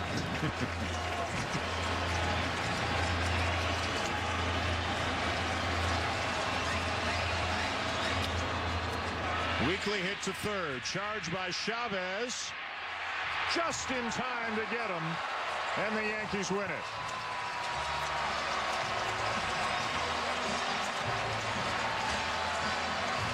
Chavez delivers the game-winning hit. Had a little trouble getting the ball out of his glove on that play, but got it there just in time to get Andrus. And the Yankees beat the Rangers 6-5 and take 2 out of 3. Ball's off the end of the bat. Chavez has to come hard. He doesn't get a full grip on this, so he takes the extra steps, getting the grip. That almost cost him, but another bang-bang play at first with a good stretch by Tex. And tonight's Chevrolet player of the game is Eric Chavez for delivering that RBI single with 2 outs in the bottom of the 8th inning that gave the Yankees a 6-5 lead, a lead they would turn into a win thanks to the work of Mariano Rivera in the 9th. The Yankees take 2 out of 3 from the Texas Rangers here in the Bronx this weekend in a rematch of the American League Championship Series. They beat Texas tonight 6-5. Coming up next here on ESPN, stay tuned for Sports Center. This has been a presentation of ESPN, the worldwide leader in sports. For Oral Hershiser, Bobby Valentine, Wendy Nix, and Buster Olney, I'm Dan Shulman saying thanks for watching. Good night from the Bronx. Sports Center is next.